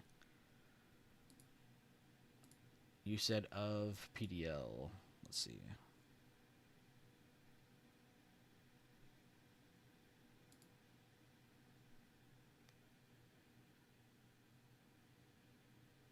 Okay. Yeah, I guess that's good. It honestly kind of reminds me of Carter's trade, but like flipped.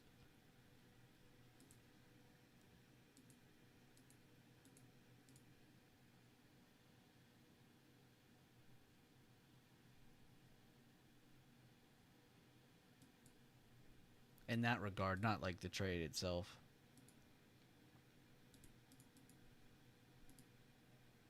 Damn, nice. Carter and Garden getting theirs. And Garden swung with me. You're actually kind of killing it today.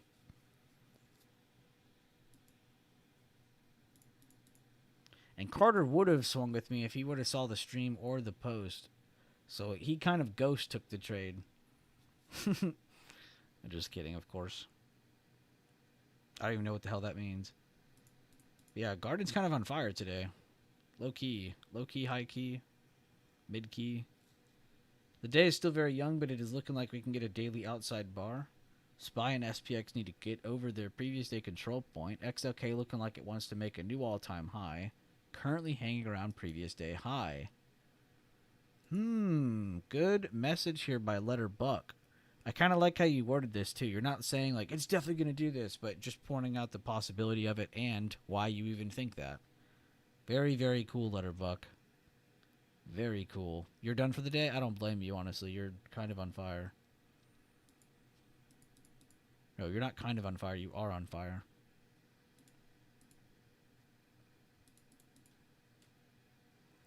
Good stuff. And I'm honestly just happy someone joined my swing with me because I honestly don't post it unless I have the utmost confidence in it.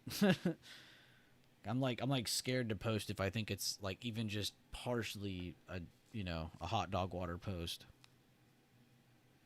So I'm glad you joined me on that.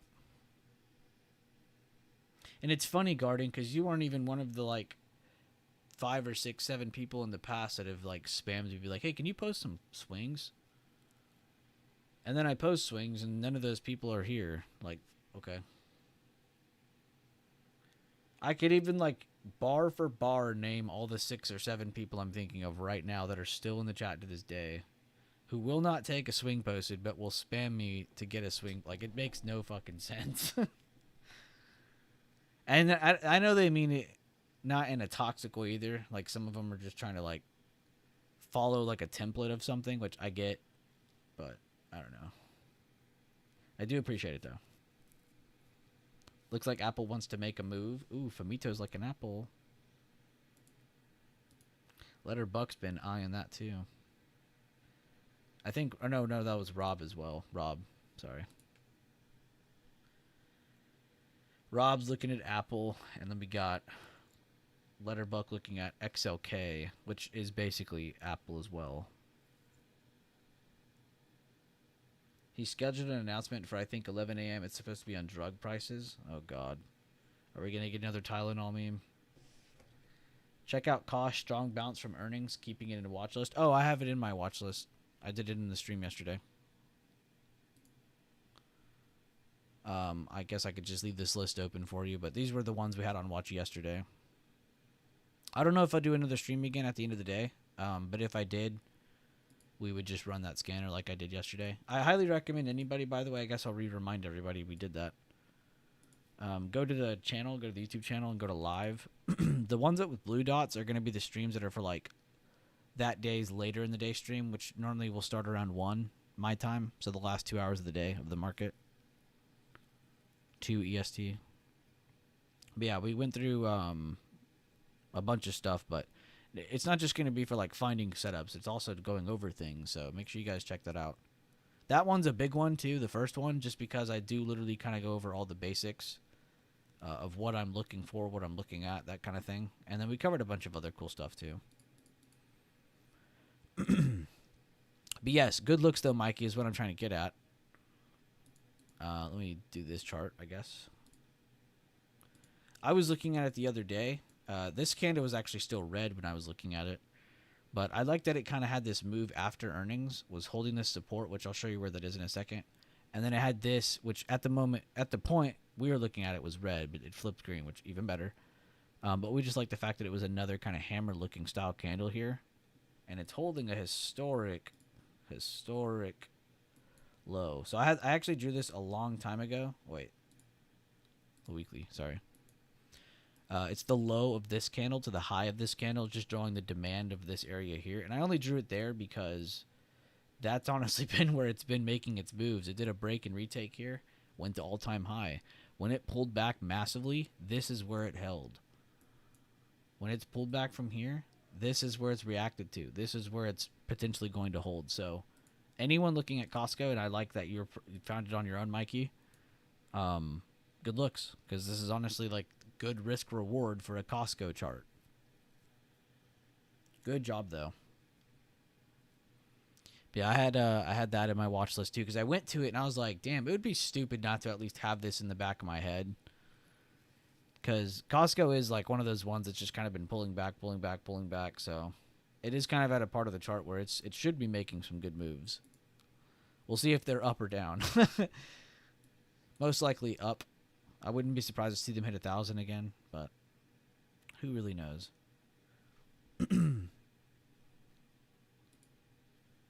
Yeah, I will be watching that week in and week out to see if we can get any kind of short-term signals on it, which it already honestly kind of did get a short-term signal yesterday for like short-term upside. I have AMD on watch just because I'm addicted to watching AMD. Oh, this was the one. We talked about this. I said if this doesn't go down tomorrow, it's having an inside bar. We'll see if that continues. Really glad we did not take that, though. We took the only setup that actually worked.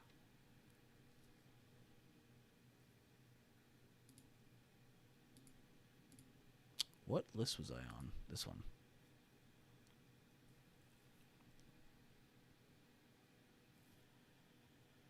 Keeping in watch list? Good, good, good. There's a leveraged ETF for cost called COTG, which is much cheaper. What? Say what? Brother, when did this come out? Oh, it's very new. Why is no one talking about this?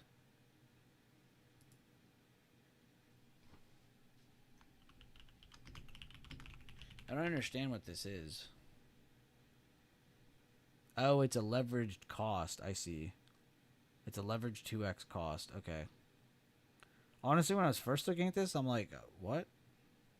How is this connected? That makes a lot more sense. That is interesting.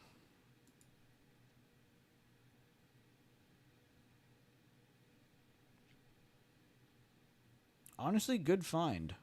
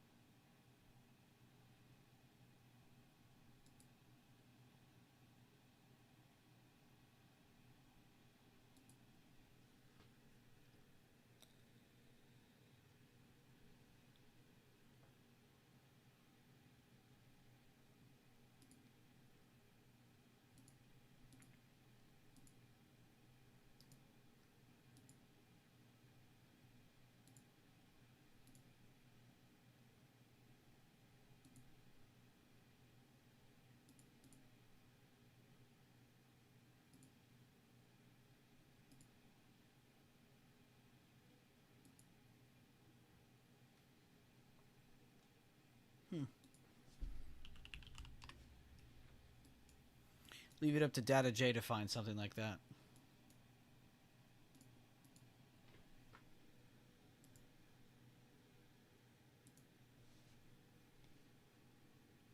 SPY did go all the way up to the 663.57.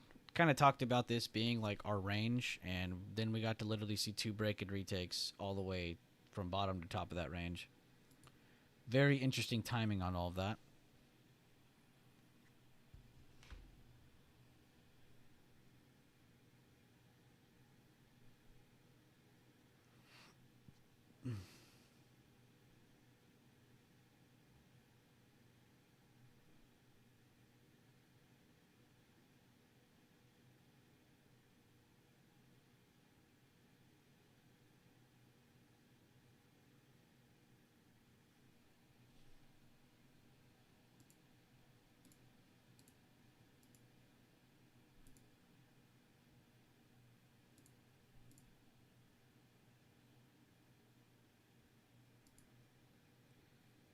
And already another break of today's open.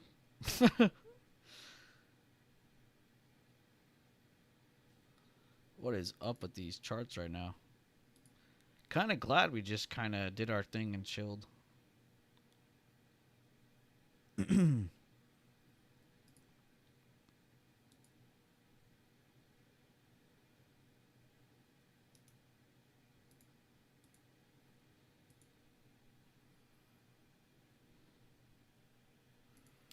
What are my levels for leaps on Google? Uh,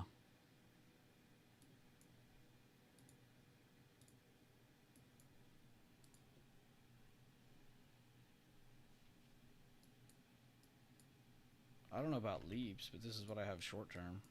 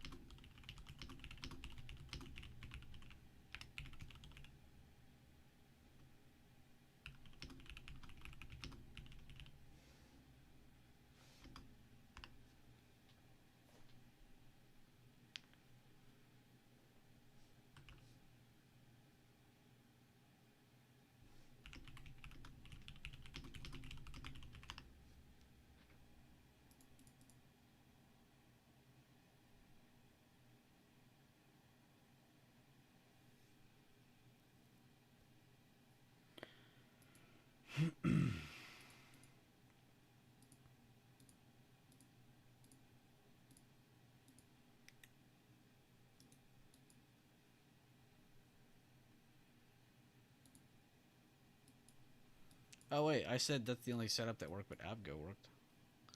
I forgot about that already. I posted target hit, and I was just chilling on that one. I didn't want to spam the premium guys. I know I probably spammed them enough in the trade floor or levels channel.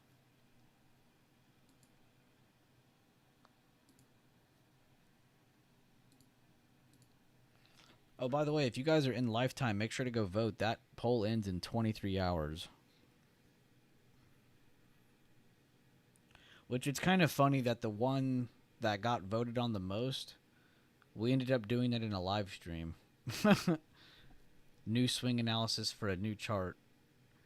And it was kind of already done here in the live stream. I mean, we're going to do it again, but it's just funny that that already played out.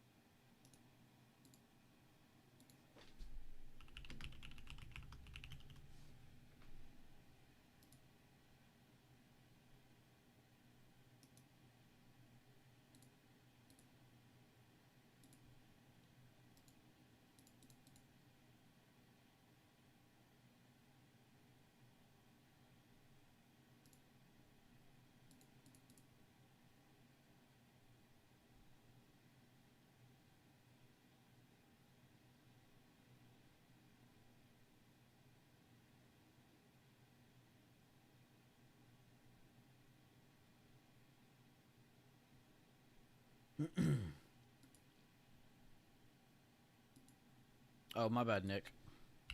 I was caught up in a gaze.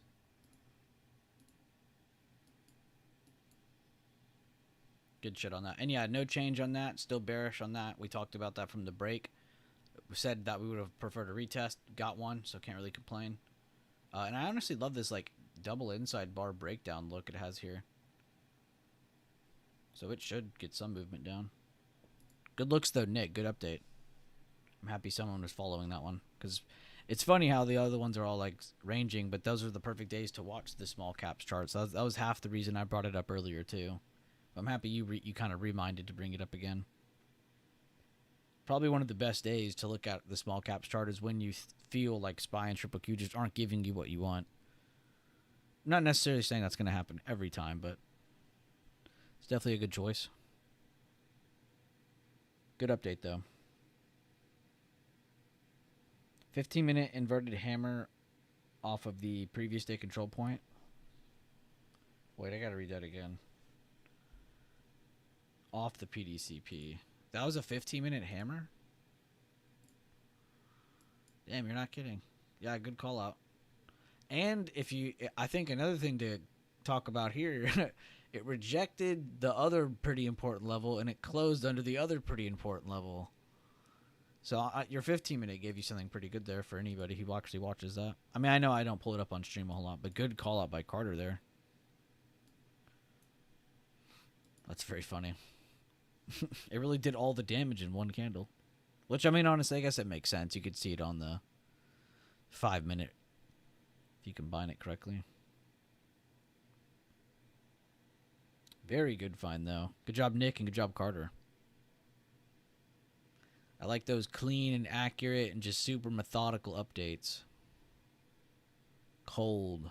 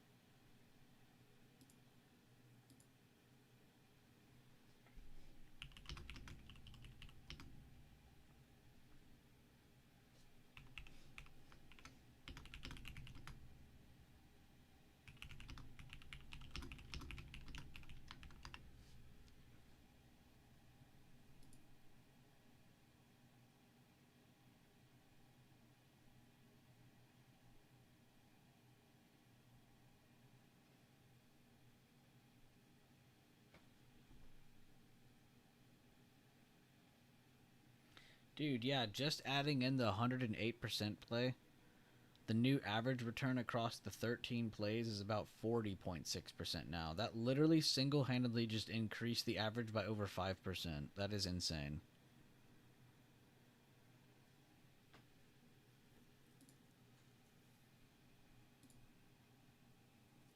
I already thought 35 was nuts because I was trying to aim for like 25, 30.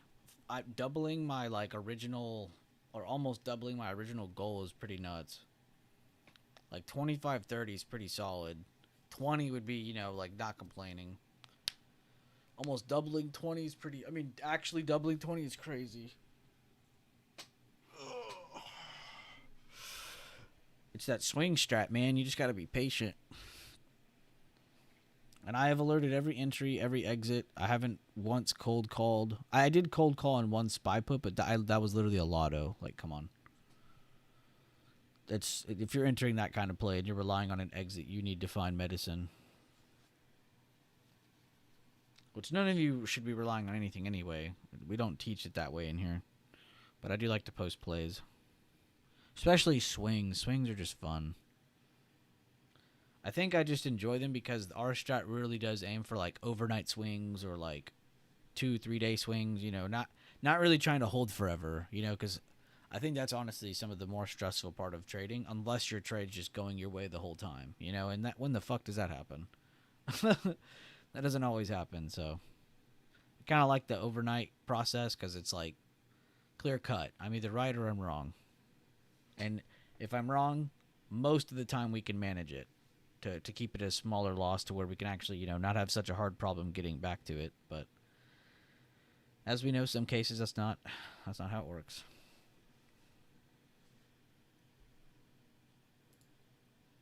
But yeah, 13 over the past 2 or 3 weeks. I honestly don't remember if it's 2 or 3 weeks, but 13 swings.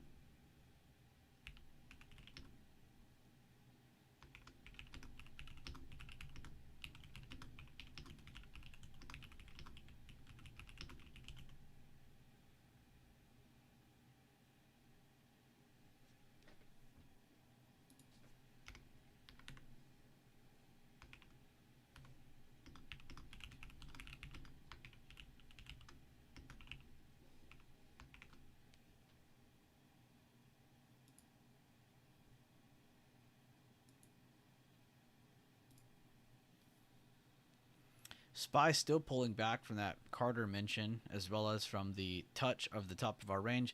And I'm not even trying to glaze myself here, but I am. We really did call that out pretty perfectly this morning. Talking about between here and here kind of being our range until we see a pop outside of that. And it has done everything and more. We consolidated inside of it, pulled back down into it, break and retake, break and retake. Still in the range. I haven't even really had to zoom out that much on SPY today. So make sure you guys are paying attention, because that was honestly pretty cool to see actually hold up the range as intended. Now we'll see if we get some moves outside of it. You know, I really hope we do, because I know some of you are bored of this price action, and I don't blame you. And of course, as I say that, they freaking wick. Are we about to see another move back to current day open? If I see another green candle bounce into that thick white line, I swear, that'll be the end of the stream. At least IWM gave us some nice price action to look at. Something to gaze upon and wish SPY was doing. SPY's making higher highs and lower lows. Yeah, it's it's definitely an opening range here.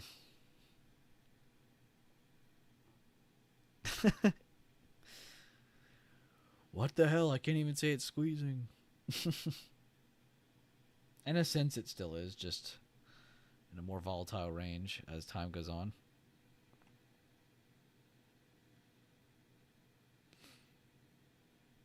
Good work, though, if anybody's been marking those levels the way we were marking them in stream yesterday. I saw Garden even take it upon herself and throw them up on her own chart. There's a lot of people in here who have these levels up, and it's just kind of you just got to really just stick to what you know. You know, what are your highest priority levels? And if you don't know what the hell I am talking about, I did just post those videos on the channel. They're member videos, so make sure you sign up before you start watching. But it is, I believe, these two here, actually.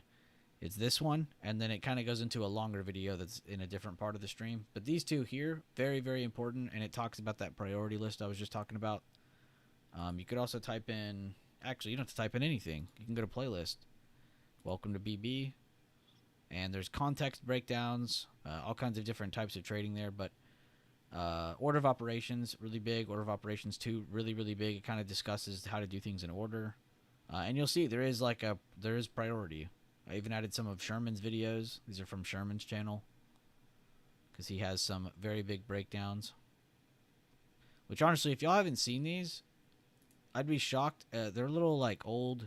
Well, I think I can change the graphics. Nope, that is as best as it gets. But he has this really, really cool list. Oh, I saw it for a second. There it is. So here's, the first one. And I really like this because he goes through an intro, the TA routine, the daily routine, watch list, market weights, trade reviews, really, really helpful context. And then he goes through a bunch of different trades. And then he does that in this video. Does the exact same thing. Except way more stuff. And he goes through the intro, he goes through the routine, proof of effectiveness, showing you all the different trade outcomes. Quick little Fibonacci review, shout out, watch list, trade reviews, examples, and then he just goes through a fuck ton of different trades that were actually taken. So it's very, very cool.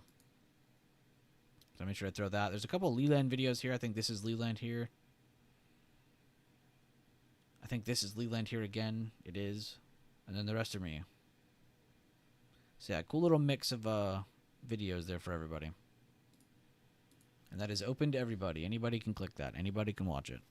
Share it around as much as you can. Or don't. Keep it for yourself. Keep it a secret.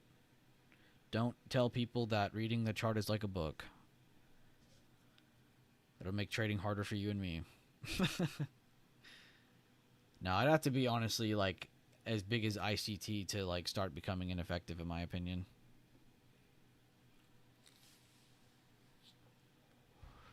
And even that's still effective, so it's probably not even.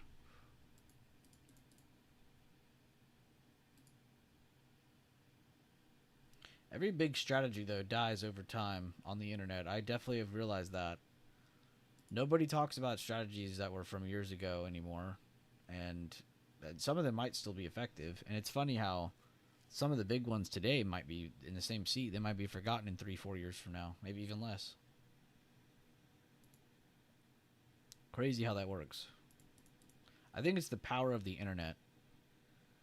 Everybody having access to their own opinions and posting so many different, things for everybody. I think it's just the access and how many different various strategies you'll probably see online. So that'll probably be forever moving. There's going to be all kinds of new trending stuff. So it makes sense. New Furu idea, remarket old ideas. Oh, you'd be surprised how many of them actually do it. They just apply new things. Like, what's a good example? I don't want to call anybody out because I'm genuinely not trying to bring like hate to this channel anymore. I've done that too many times in the past from bigger content creators. There's actually a really big one that hates me. Dear God, I tell the truth about somebody. But so without calling out names, a lot of groups will do this thing like with indicators specifically or strategies. They'll kind of recycle the same thing, but they'll reformat it. Right? So let's say like the 40% entry, like an open range breakout. Let's say I made a video for that and I was like, this is a good trade entry. This is something all of us should be looking at. And I post it. Let's say 6 months go by. I rename it. I name it the oval entry. I name it some random shit. And it's the same exact thing though. Nothing different. Maybe I change up some colors on my screen or something, but nothing is actually different. That's something I see a lot of people do. People do that with indicators too. They'll just kind of resell the same indicator over and over, but change how it looks, or maybe change like one or two things and it looks different, whatever. But it's the same thing. I see that a lot. I don't know. I guess that's about it, actually. There's probably other big things. Oh, honestly, the worst one is probably like when people do events. And this is why I'd never like used to host my own events, because every time there was always that crowd that was like, why aren't you charging for these? But then there was that bigger crowd that was like, why are you charging for these? And I get charging for some stuff. Maybe if there's like a cause, like, hey guys, help me afford a new computer. Let's do these a couple events. We'll do some trading sessions, and you guys donate to me so I can afford my new computer. That would be something. But that's not what they're doing. They're doing like, hey guys, come learn the same thing that you learn from me anyway every day in my streams or my breakdowns. And that's funny too, because most of them don't stream. But yeah, a lot of people already kind of do use that idea. It's just not in that sense. Like, you're not going to sing. I mean, you might see someone come out with like the Bollinger Band Keltner channel strat. I've been honestly waiting for someone to do that. There's been a couple people who came close. But there's like really old strategies that people could just reformat or make them look different. And then it's like kind of stealing. Definitely not surprised to see that shit. That's why I try to stick to myself, man. If you go to my channel, 5-6 years ago, I was posting kind of the same shit. Same time frames. I've always watched the 1 and the 5. I've always watched the daily. Those are like my top 3 time frames. But all of them have their uses, the different scalp strategies we use. Same exact ones we use today. Swing strategy, still the exact same one I use today. Actually, I was meaning to look at that. How old is our swing? I mean, it's not going to be on YouTube because I was posting it before in the Discord first, but this will give us a rough estimate.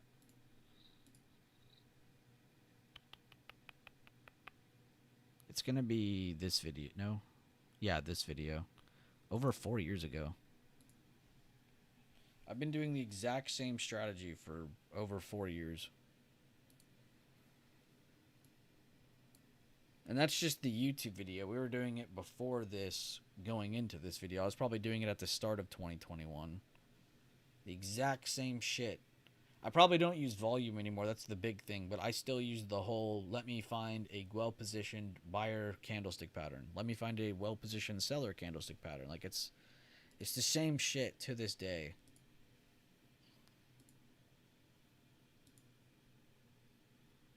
It's funny how much I didn't use EMAs yet for the swing strap. But honestly, it just makes it lazier. It makes it to where you don't have to look as hard. It has nothing to do with the candlestick itself. The candlestick price action part is still the meat and potatoes, to be honest with you. That shit's old, though.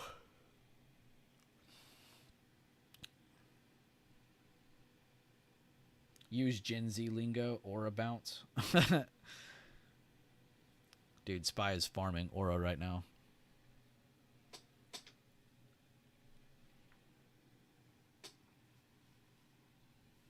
I hate when people say that though, because aura was honestly around for a very long time before Gen Z, but it definitely was not used as much as I've heard it these days.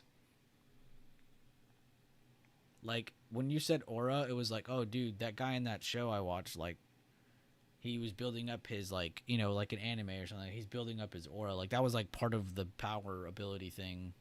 Now it's like genuinely like any Giga Chad can have aura, like whatever the hell. It's kind of funny.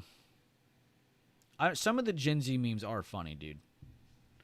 Also, Gen Z really, really fucks with the Dokes meme from Dexter. I don't know if y'all been seeing that. It's flooded the internet for years, but it is so big this year. I respect it. I respect Gen Z for making Dokes trend again. You gotta hand it to them.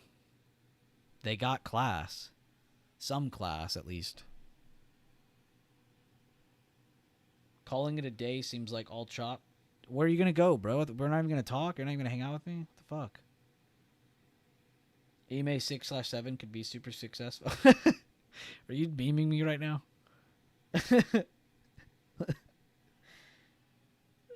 Data J is at another level of memery right now.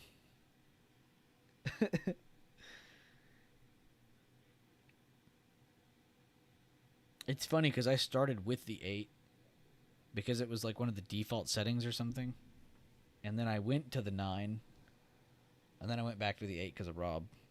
But there's like no difference in my confirmations. If anything, it gives me more passive scans on my scanner. When I hit this, it doesn't give me as much, and that's good. Well, it also helps because we have all these other freaking scan filters, but that is specifically the goal.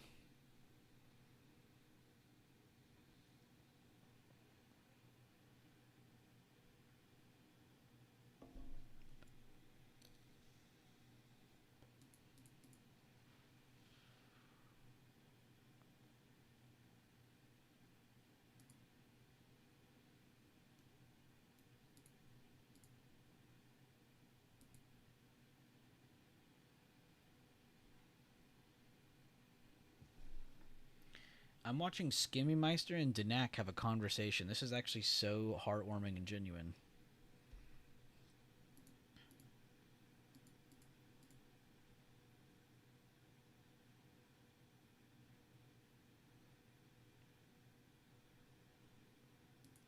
Let's see what happens at the 30-minute outside bar control point. Okay. Wow, we really haven't moved a lot when you show me the 30-minute. Like, I know we haven't moved a lot, but like the 30-minute really, really shows that. That's like a nice clear picture too, because if you look at this, we kind of gapped up and we're still holding the gap. That would like help you remember, like, wait a minute, this is still bullet. Like, I know on my chart it still says, guys, as long as we're holding this, we could still go up, but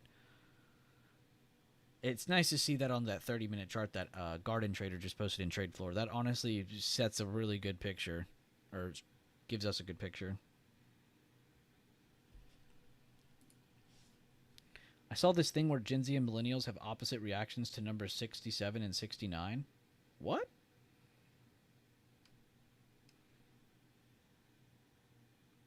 Why 67? What is 67 important for?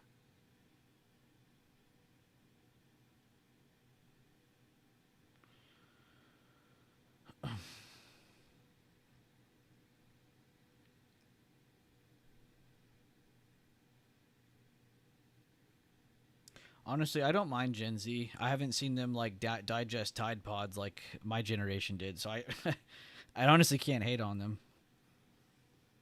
6'7" is Gen Z meme. 6'9" is, I guess, millennial meme. Jesus, dude, I thought people meme 69 always, like since the caveman days.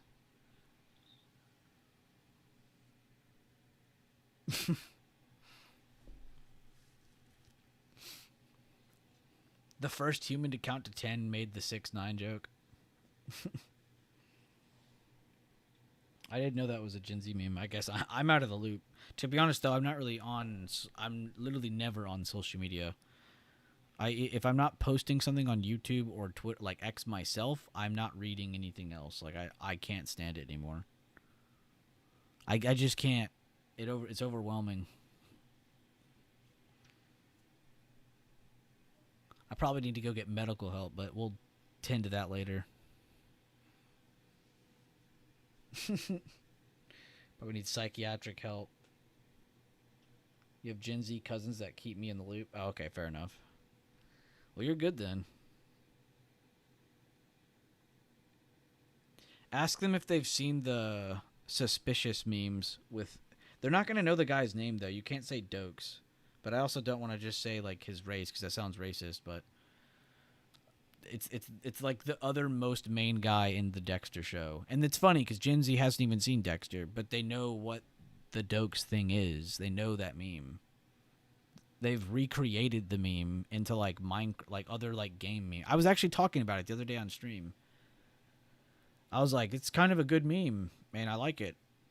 I like seeing it, and the song's really fun to listen to because it's from Dexter.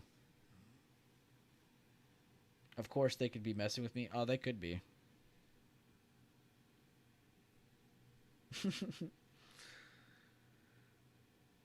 Our uncle's so stupid. He thinks 67 is a meme. We told him. It's like the SpongeBob meme 25. So stupid.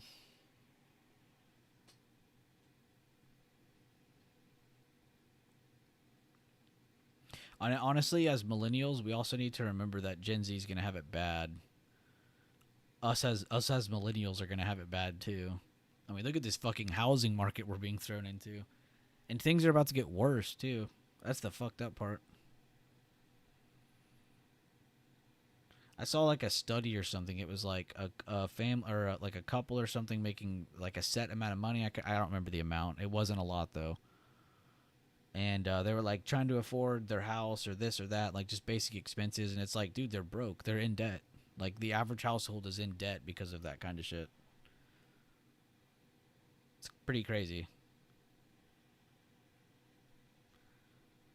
Our country needs some relief. And I'm talking about on the consumer side. I'm so tired of hearing about this government shutdown shit. Greatest Gen X, and Gen Z are best. Dude, we definitely have it the most rough. I really hope a lot of you understand that. No, we're not fighting a war. None of us are being drafted. That's not really what I mean. But in terms of economy, we are fighting one of the hardest economies as a consumer. Anybody who believes otherwise, you just don't have your eyes open, or you only look at social media. I myself cannot be prone to that anymore. I'm not on social media anymore. I'm better. No. What's that meme where he's like, I'm just better? Baby boomers and millennial not as much. Damn, you hate us. No, I throw millennials in there too. Millennial, Gen X, and Gen Z. There's a lot of shit to deal with. All three of those generations, to be honest.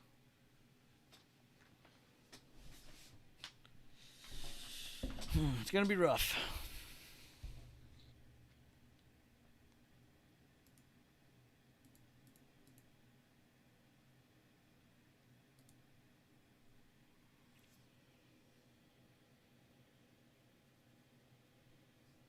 Did Lag to Death really go, man? That is so messed up. He was supposed to entertain me.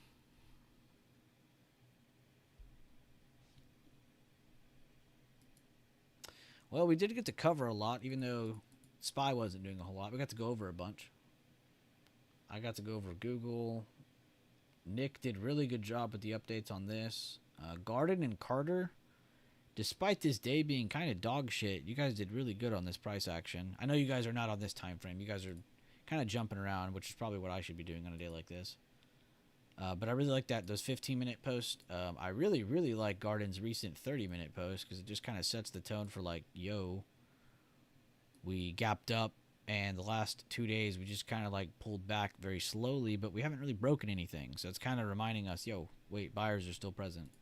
Which, again, if you've been paying attention to any of the breakdowns, oh God, can I find the chart? We've been saying since, oh, this is the wrong chart. I just realized. There it is. Since this hammer here, we're kind of looking to see if this would hold. And since this day, we posted it on that day specifically. You should be bullish as long as we hold this area. Since then, we got a really good bounce up, kind of into this day, I'd say. And then since then, it kind of just pulled back a little bit, but not really anything crazy. So I don't know if we should be looking at this in terms of like, let's be bearish. Like, no, we're still bullish. Everybody should still be bullish. Overall trend, still intact. But it does definitely bring a little bit of scare when you see a candle like that, because you're definitely like, oh, okay, I could see us slowing down. Not necessarily pulling back super heavily or going up heavily, but definitely maintaining inside of a smaller range than we've been used to the past few days. I mean, if we're being honest, we really haven't had a day like this since like way over here. So we kind of got off really good, getting a bunch of movement. But yeah, I'd still be looking for more dip buys.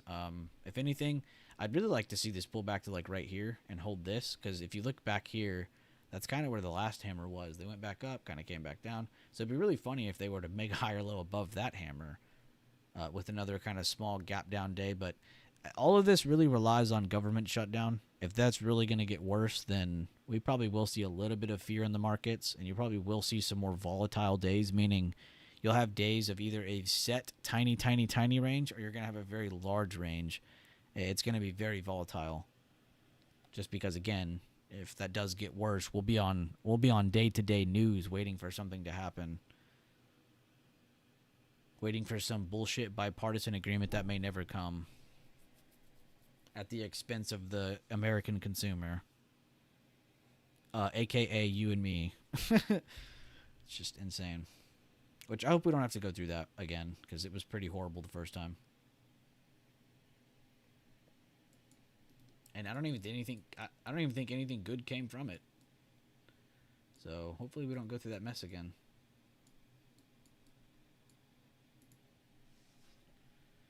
I saw a meme. It was like, wow, they'd really rather shut down the government than release the Epstein list. And then it was like, wow, I saw another, it was a GTA meme. It was like, we're really getting a second government shutdown before the release of GTA 6. The internet's just unfreaking defeated, man. The memes that will come from it will be peak, though. Don't get me wrong. The memes and that will be pretty peak, but that'll be about it. That'll be the least of our worries. And guys, I'll double check with you guys again, but I won't be able to stream Thursday, I think, again, because I think I have to take care of my dog all day, because I don't have someone here to help me, so I will have to go do it myself.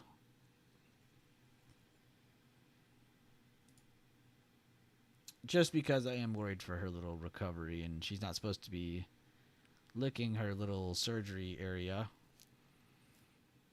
And I really don't want to put that freaking donut on her. So I'm really hoping she just listens and doesn't do that.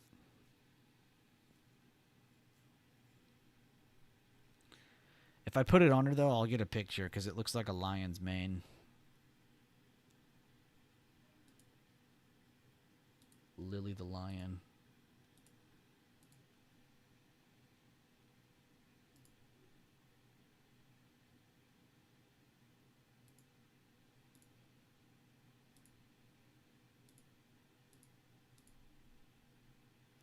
Buyers love 661. Oh, yeah, let me switch charts. My bad. Yeah, they really are sticking between yesterday's halfway point and whatever the hell I drew this from. I think that's that fib from the daily. Yeah, the backwards one from before. Yeah, but you're not lying. They do like 661. 0.61. They like it so much they printed it out twice.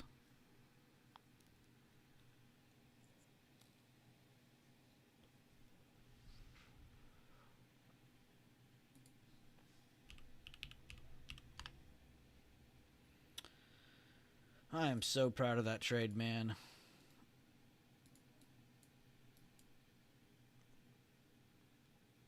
I guess I could check out the rest of that list now.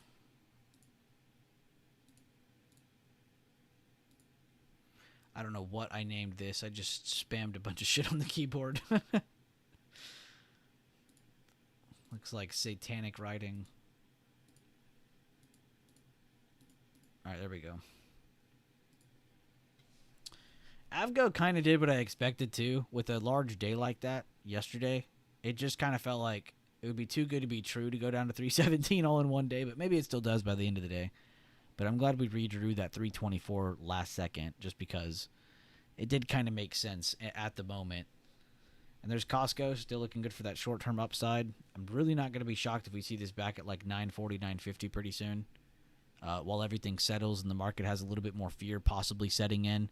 Your staple stocks, your XLP stocks, your XLE stocks, these are going to be stocks you want to look at in case of that fear completely rising. If we see more rise in the fear, you're going to see staple stocks most likely treated as safe haven short term. I'm not going to sit here and say that they're going to only go up and everything else goes down. That's not going to happen. But you might see some short-term upsides, some short-term safe haven movement into those kind of stocks if we do see the fear continue to rise. If the dips keep holding, though, those are going to be the stocks that are stuck consolidating while tech continues to rise. So just keep that in mind. That's more of a little bit of macro information. And that was actually that whole list. I guess I'm back to SPY weights. Well, I don't have SPY in the SPY weights list.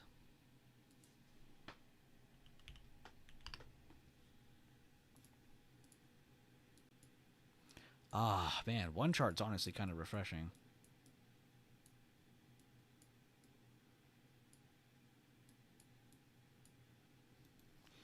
I guess I should put an arrow here. We're still bullish as long as we're there. I don't really know if I should put a down arrow anywhere, though. To remind ourselves, we are still bullish as long as we're holding this. That's why it's good emphasis by Carter there. The 661s keep getting bought back up. He's not lying. That 661 area is stubborn.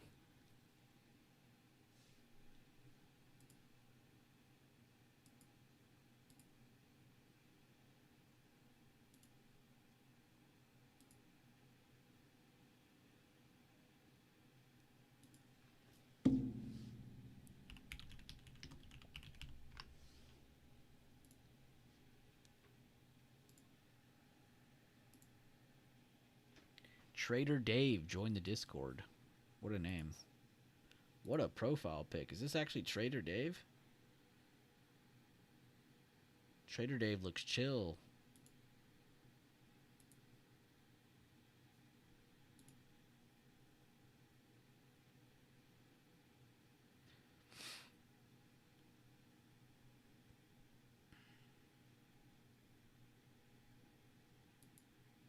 How's everybody in the stream, by the way? I'm probably going to go for a little bit more, and then I'll end it there. So if you guys have any questions or any updates, remarks, or anything you just want to share from the stream, outside of the stream, feel free to share. And, yeah. I like to always leave the end of the stream a little open-ended for anybody to share or ask any questions. And don't think that your question is dumb. The only question that's honestly dumb is the question that you don't ask. If you sit there and you have something in your head, you don't ask it, dude, come on. So feel free to ask. As dumb as you may think it seems, it might not be to us. We're very simple-minded traders around here. We're just humble farmers. We only care for our grain and our wheat.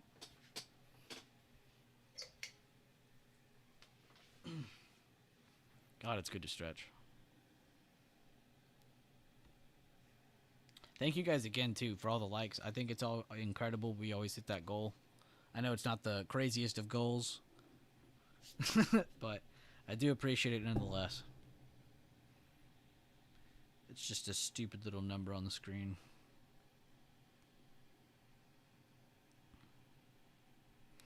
And I'll let you guys know if I do another stream. I don't think I'm going to do another end of day stream this week because I just think the heavy amount of news this week will throw off our win rate.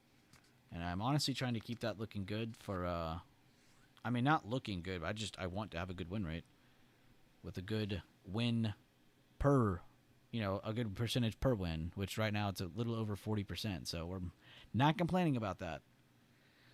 Let's keep it up. And that's only over 13 plays. That'll probably average a little bit more out once we start to have more swings thrown in there. So, of course, that will even out more. 40% is a little high. In my opinion, for an average swing, which in most of the swings, it's like a day to 3 days tops. It's pretty good. I'm also trying my best to keep the swings under, like, a certain cost. Because, like, I know certain people in chat could buy whatever the fuck they want, but I know there's also a good number of people that can't, so we'll try our best to keep it in that range that I've been doing. And feel free to go review them too in the Levels channel or Premium, wherever the hell you're at. Feel free to ask questions about those, backtest them, challenge it. I don't care. Challenge me.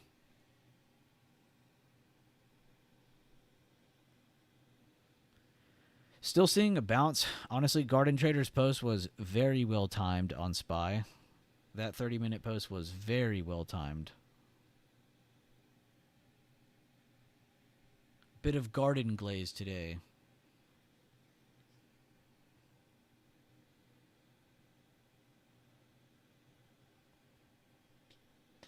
And yeah, not the most exciting movement today on SPY, but still.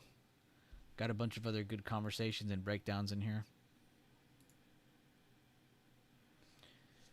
Early weakness in mega cap names, mixed strength elsewhere.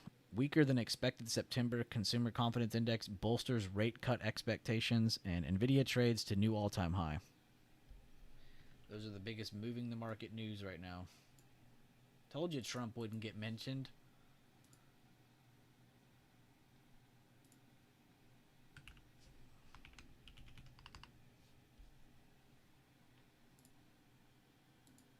I also didn't know that he was talking about the drug thing, so that's probably why he didn't get mentioned, because it's not about the government shutdown. If it was about that, it probably would have been a little bit more important.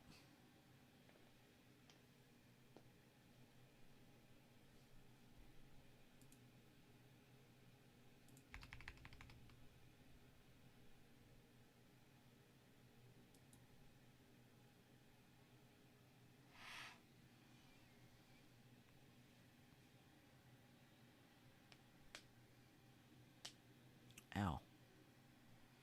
Let's see if there's anything new in the Discord. I don't think there is.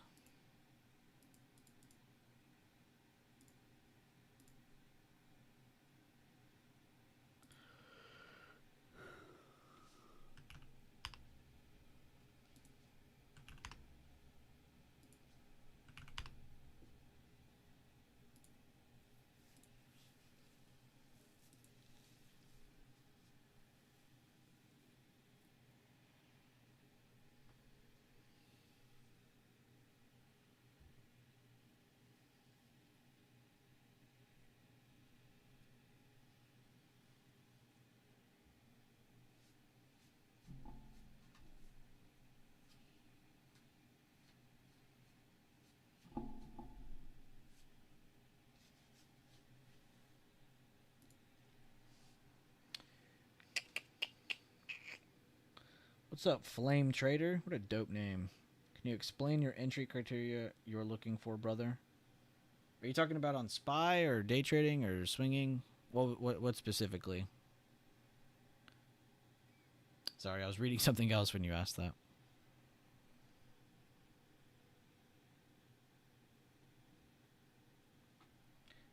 It's a little different depending on what you're going for. If you're talking about SPY right here, right now, I'm not touching this. We already had some people in my chat take some short-term trades from the rejection of this into the previous day low. And then we had a couple people looking for the previous day low to hold on like the 1 minute. And they took it back up to the previous day high / today's open. But this was kind of our set range for the day.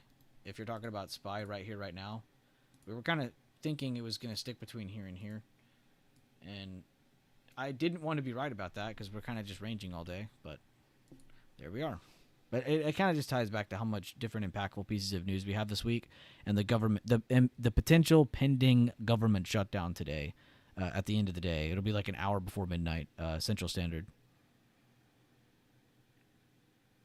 But Flame Trader, let me know if you meant something different. If you meant like just overall, what's the criteria for like a swing or for a scalp or for a day trade? Let me know. GEMI Daily. Yo, Elias, if you're going to have me looking at these charts, I need to be hearing some answers back from you, man. You didn't even give me anything back on the other chart.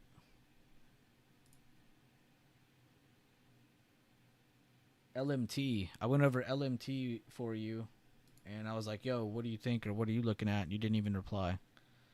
So if you're going to spam request, at least let me know what you're thinking, too, so we can have some sort of, back and forth.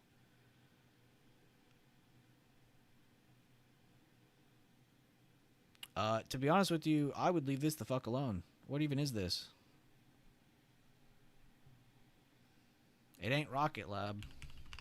I know that much. But seriously, what is this? Gemini Space Station. Or Space Star.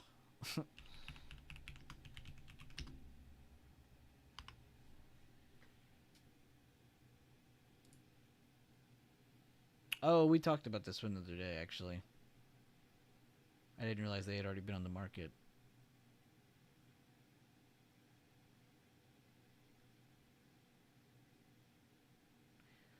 There's no major news or clear-cut analyst driving the move. Shifts like this tend to make investors curious about what is behind the movement.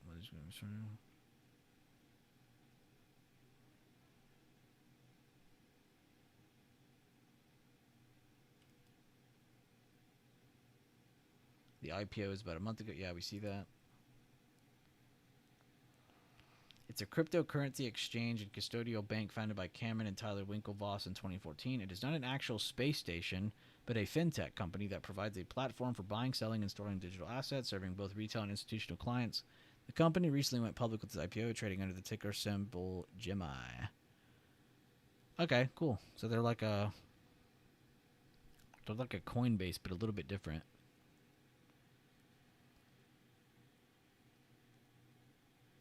No, actually, they're exactly like Coinbase. Really cool name, not gonna lie.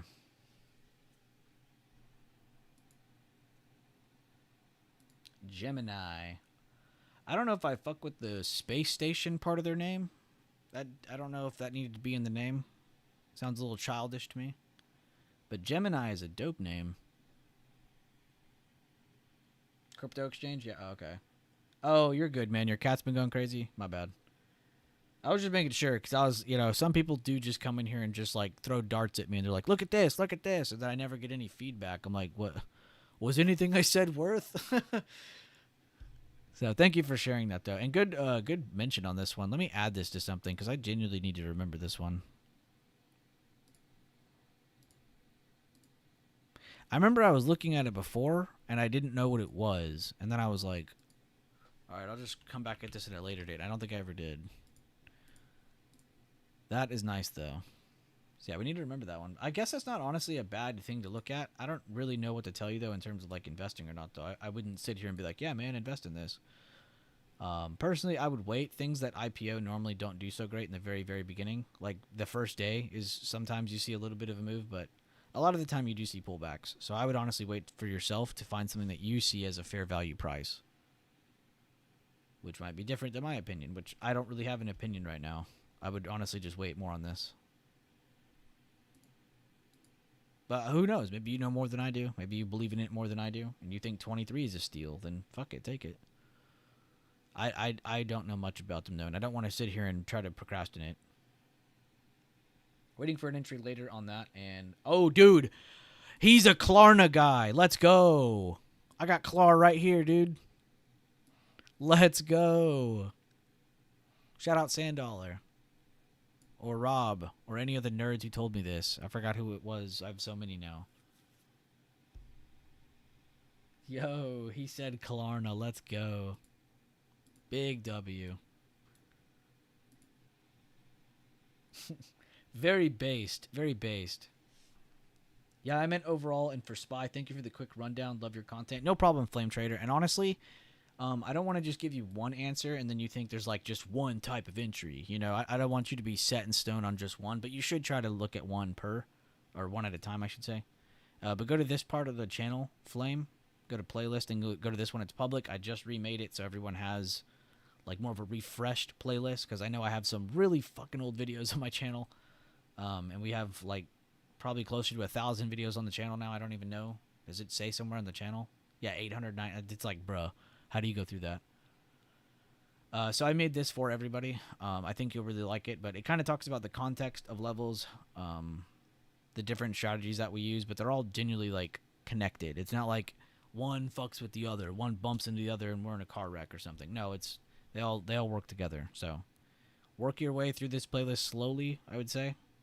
But my favorite ones all have the word context in it. That one specifically. Yeah, I mean, honestly, I love all these videos. That's why they're in here. And then I was just saying, for anybody who does have like that little cheap membership on the YouTube channel, I literally posted like 8 videos over the last couple weeks for them. But these last 2 right here, most important levels and how to read them every day, and then this one kind of connects to that. It's some of the stuff that's covered in that playlist too, so make sure you're watching that. But there's free and not free shit that cover it. But yeah, take your time, go through that. That playlist is literally meant for any level of trader in my community. Someone who's just now returning, someone who's new, someone who's been here forever and just needs a refresh. It really doesn't matter. But yeah, take your time on that. Definitely go through that stuff first. And let me know how it is. Let me know what you think. And if you happen to pop up in another stream, let me know.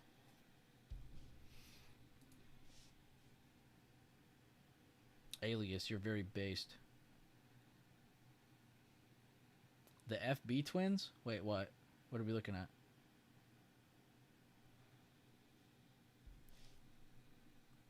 The FB twins.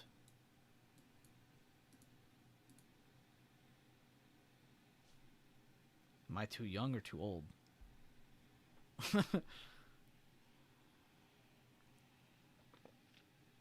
Oh, they own Gemini. Okay, there we go. Sorry. Who are the FB twins?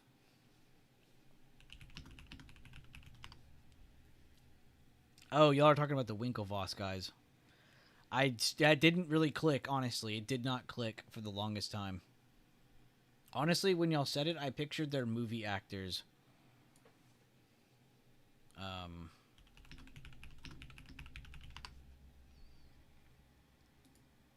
I was picturing these guys. I was like, Facebook twins, what are y'all talking about? Now that makes more sense.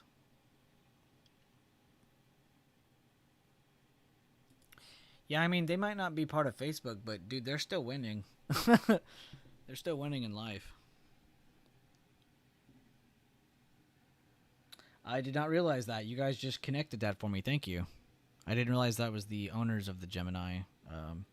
Man, I really need to call them then. They really need to pick up the line when I call. I need to let them know that Space Station needs to be taken out of the name. Like, it sounds like a child made that company. Gemini Space Station. It's like, dude, it's crypto. Calm down. The Da Vinci twins always come to mind when I think of them. Yeah, every time I think of what was it? I don't even know where that was going now. But it was just thinking about those actors though, because I swear you see them in other movies too. But I always picture that the scene where they're like kicking ass in that rowing scene, and then they lose or whatever, or whatever, or maybe someone doesn't give a shit. I don't remember what it was, but they were just like pissed, and they had that like resting "I'm pissed" face. The actors, they did pretty good with that. That's a good ass movie, by the way, The Social Network. I need to rewatch The Big Short. Honestly, that's probably my favorite, like stock market type movie. That movie is so freaking funny. I try not to watch it too much though. You can't ruin it. You gotta let it season. Good morning and happy Tuesday. Hit the like button or else. Wink, wink. I like it too. Time to watch again. Yeah, I honestly need to watch it again. And by the way, welcome, Sandollar. Good to see you, man. We took profit on Google. We reviewed. We watched Spy for a while. Watched IWM for a little bit with Nick. Really good updates by Carter and Garden on Spy. Different time frames. I'm probably missing something, but my brain is fried now. And then there were some updates I posted in the chat. You can see the market briefing updates if you want to see it for yourself. But yeah, you didn't really miss much in terms of like market movement, I would say, Sand Dollar. Oh, dollar of sand.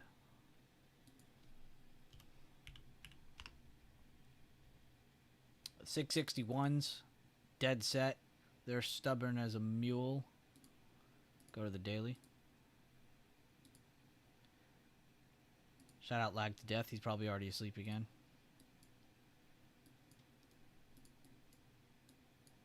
And yeah, we got our backwards fib. Got the hammer that we've been literally just saying, let's be bullish as long as it's above this. Pretty easy. And then ever since then, we just kind of slowed down after our move up. But you already knew all that. I think the 30-minute would also set a good picture. Just, again, Garden's post was great. Because it kind of sets the tone of like, oh, okay, we gapped up, but we're not really going anywhere. Gapped up, pulled back, filled the gap. We're not really that far from all-time high. If we do pull back, it's kind of obvious where we're most likely going. Cough, the higher low. And then the low, of course, beyond that. Pretty clear picture, honestly, of the 30. It just feels like a big dip buy is coming. It's just, you have all this news in the market, so it's bringing more fear. You have the government shutdown happening tonight, most likely, so a lot of shit to look forward to. Oklo puts had to patiently wait for the break go below 110. Are you saying we could still catch Oklo with you? Is that what you're saying? Oh, fuck, we missed it. It literally did a Lee test. If anybody knows what a Lee test is, the lower high retest, you know that this is a banger trade. Yeah, too late now, you're right. It's a little too late now. Looking back at that, though, I am proud of you. Because I remember all I did was draw that gap fib, and I was like, it'll probably get something around here. But I wasn't paying attention because we were looking at Google and other shit today. But no bullshit, that would have been a really good... Honestly, 2 examples here. You kind of could have taken a swing from this day, a little risky in my opinion. And then after it came back up, you could have been looking for day trades into that day or maybe even a swing into today. But it literally gave the same Lee test twice. I'd probably prefer looking at this one, let the second one occur, but this is not a bad candlestick pattern to appear at the end of a day. That's actually really fucking clean in the 30-minute. What am I doing with my life? I need to be looking at the 30-minute more. And it's funny because in my notes from like 6 years ago, that's one of my first pinpoints is the 30-minute is key. Because it's a good like lazy, let me throw this on. It'll slow me down kind of time frame. Be more patient, make more decisive action. Have a more clear picture of the bigger picture side of things, the macro. But guys, I'm in the stream here soon. I was already supposed to, but if you guys have any questions, feel free to ask here. I'll give you guys a couple minutes in case you have anything. If not, though, I'll end it there. I do appreciate it. I also do highly recommend anybody in here to please go review the yesterday's, I guess the power hour stream is what you could call it, but that's not really what it was. I started at about 1, ended at 2:30. But yeah, I would definitely go check out that stream if you're done with this one. Not as long, a little bit more informative, and there's music in the background. So I would definitely go peep that if you're interested in like swing trading stuff. That's for who that's for. I will do it. Thank you, Sandollar. I appreciate that. I think you of all people will actually kind of like that stream, Sandollar. Anybody in here who likes looking at the macro kind of side of things or the bigger time frame side of things, I think you'll like it. I also threw your thing in there. You'll see your name is mentioned a few times in that stream. We threw your baby Oklo on here. So I kept you in mind, Sandollar. I kept you in mind.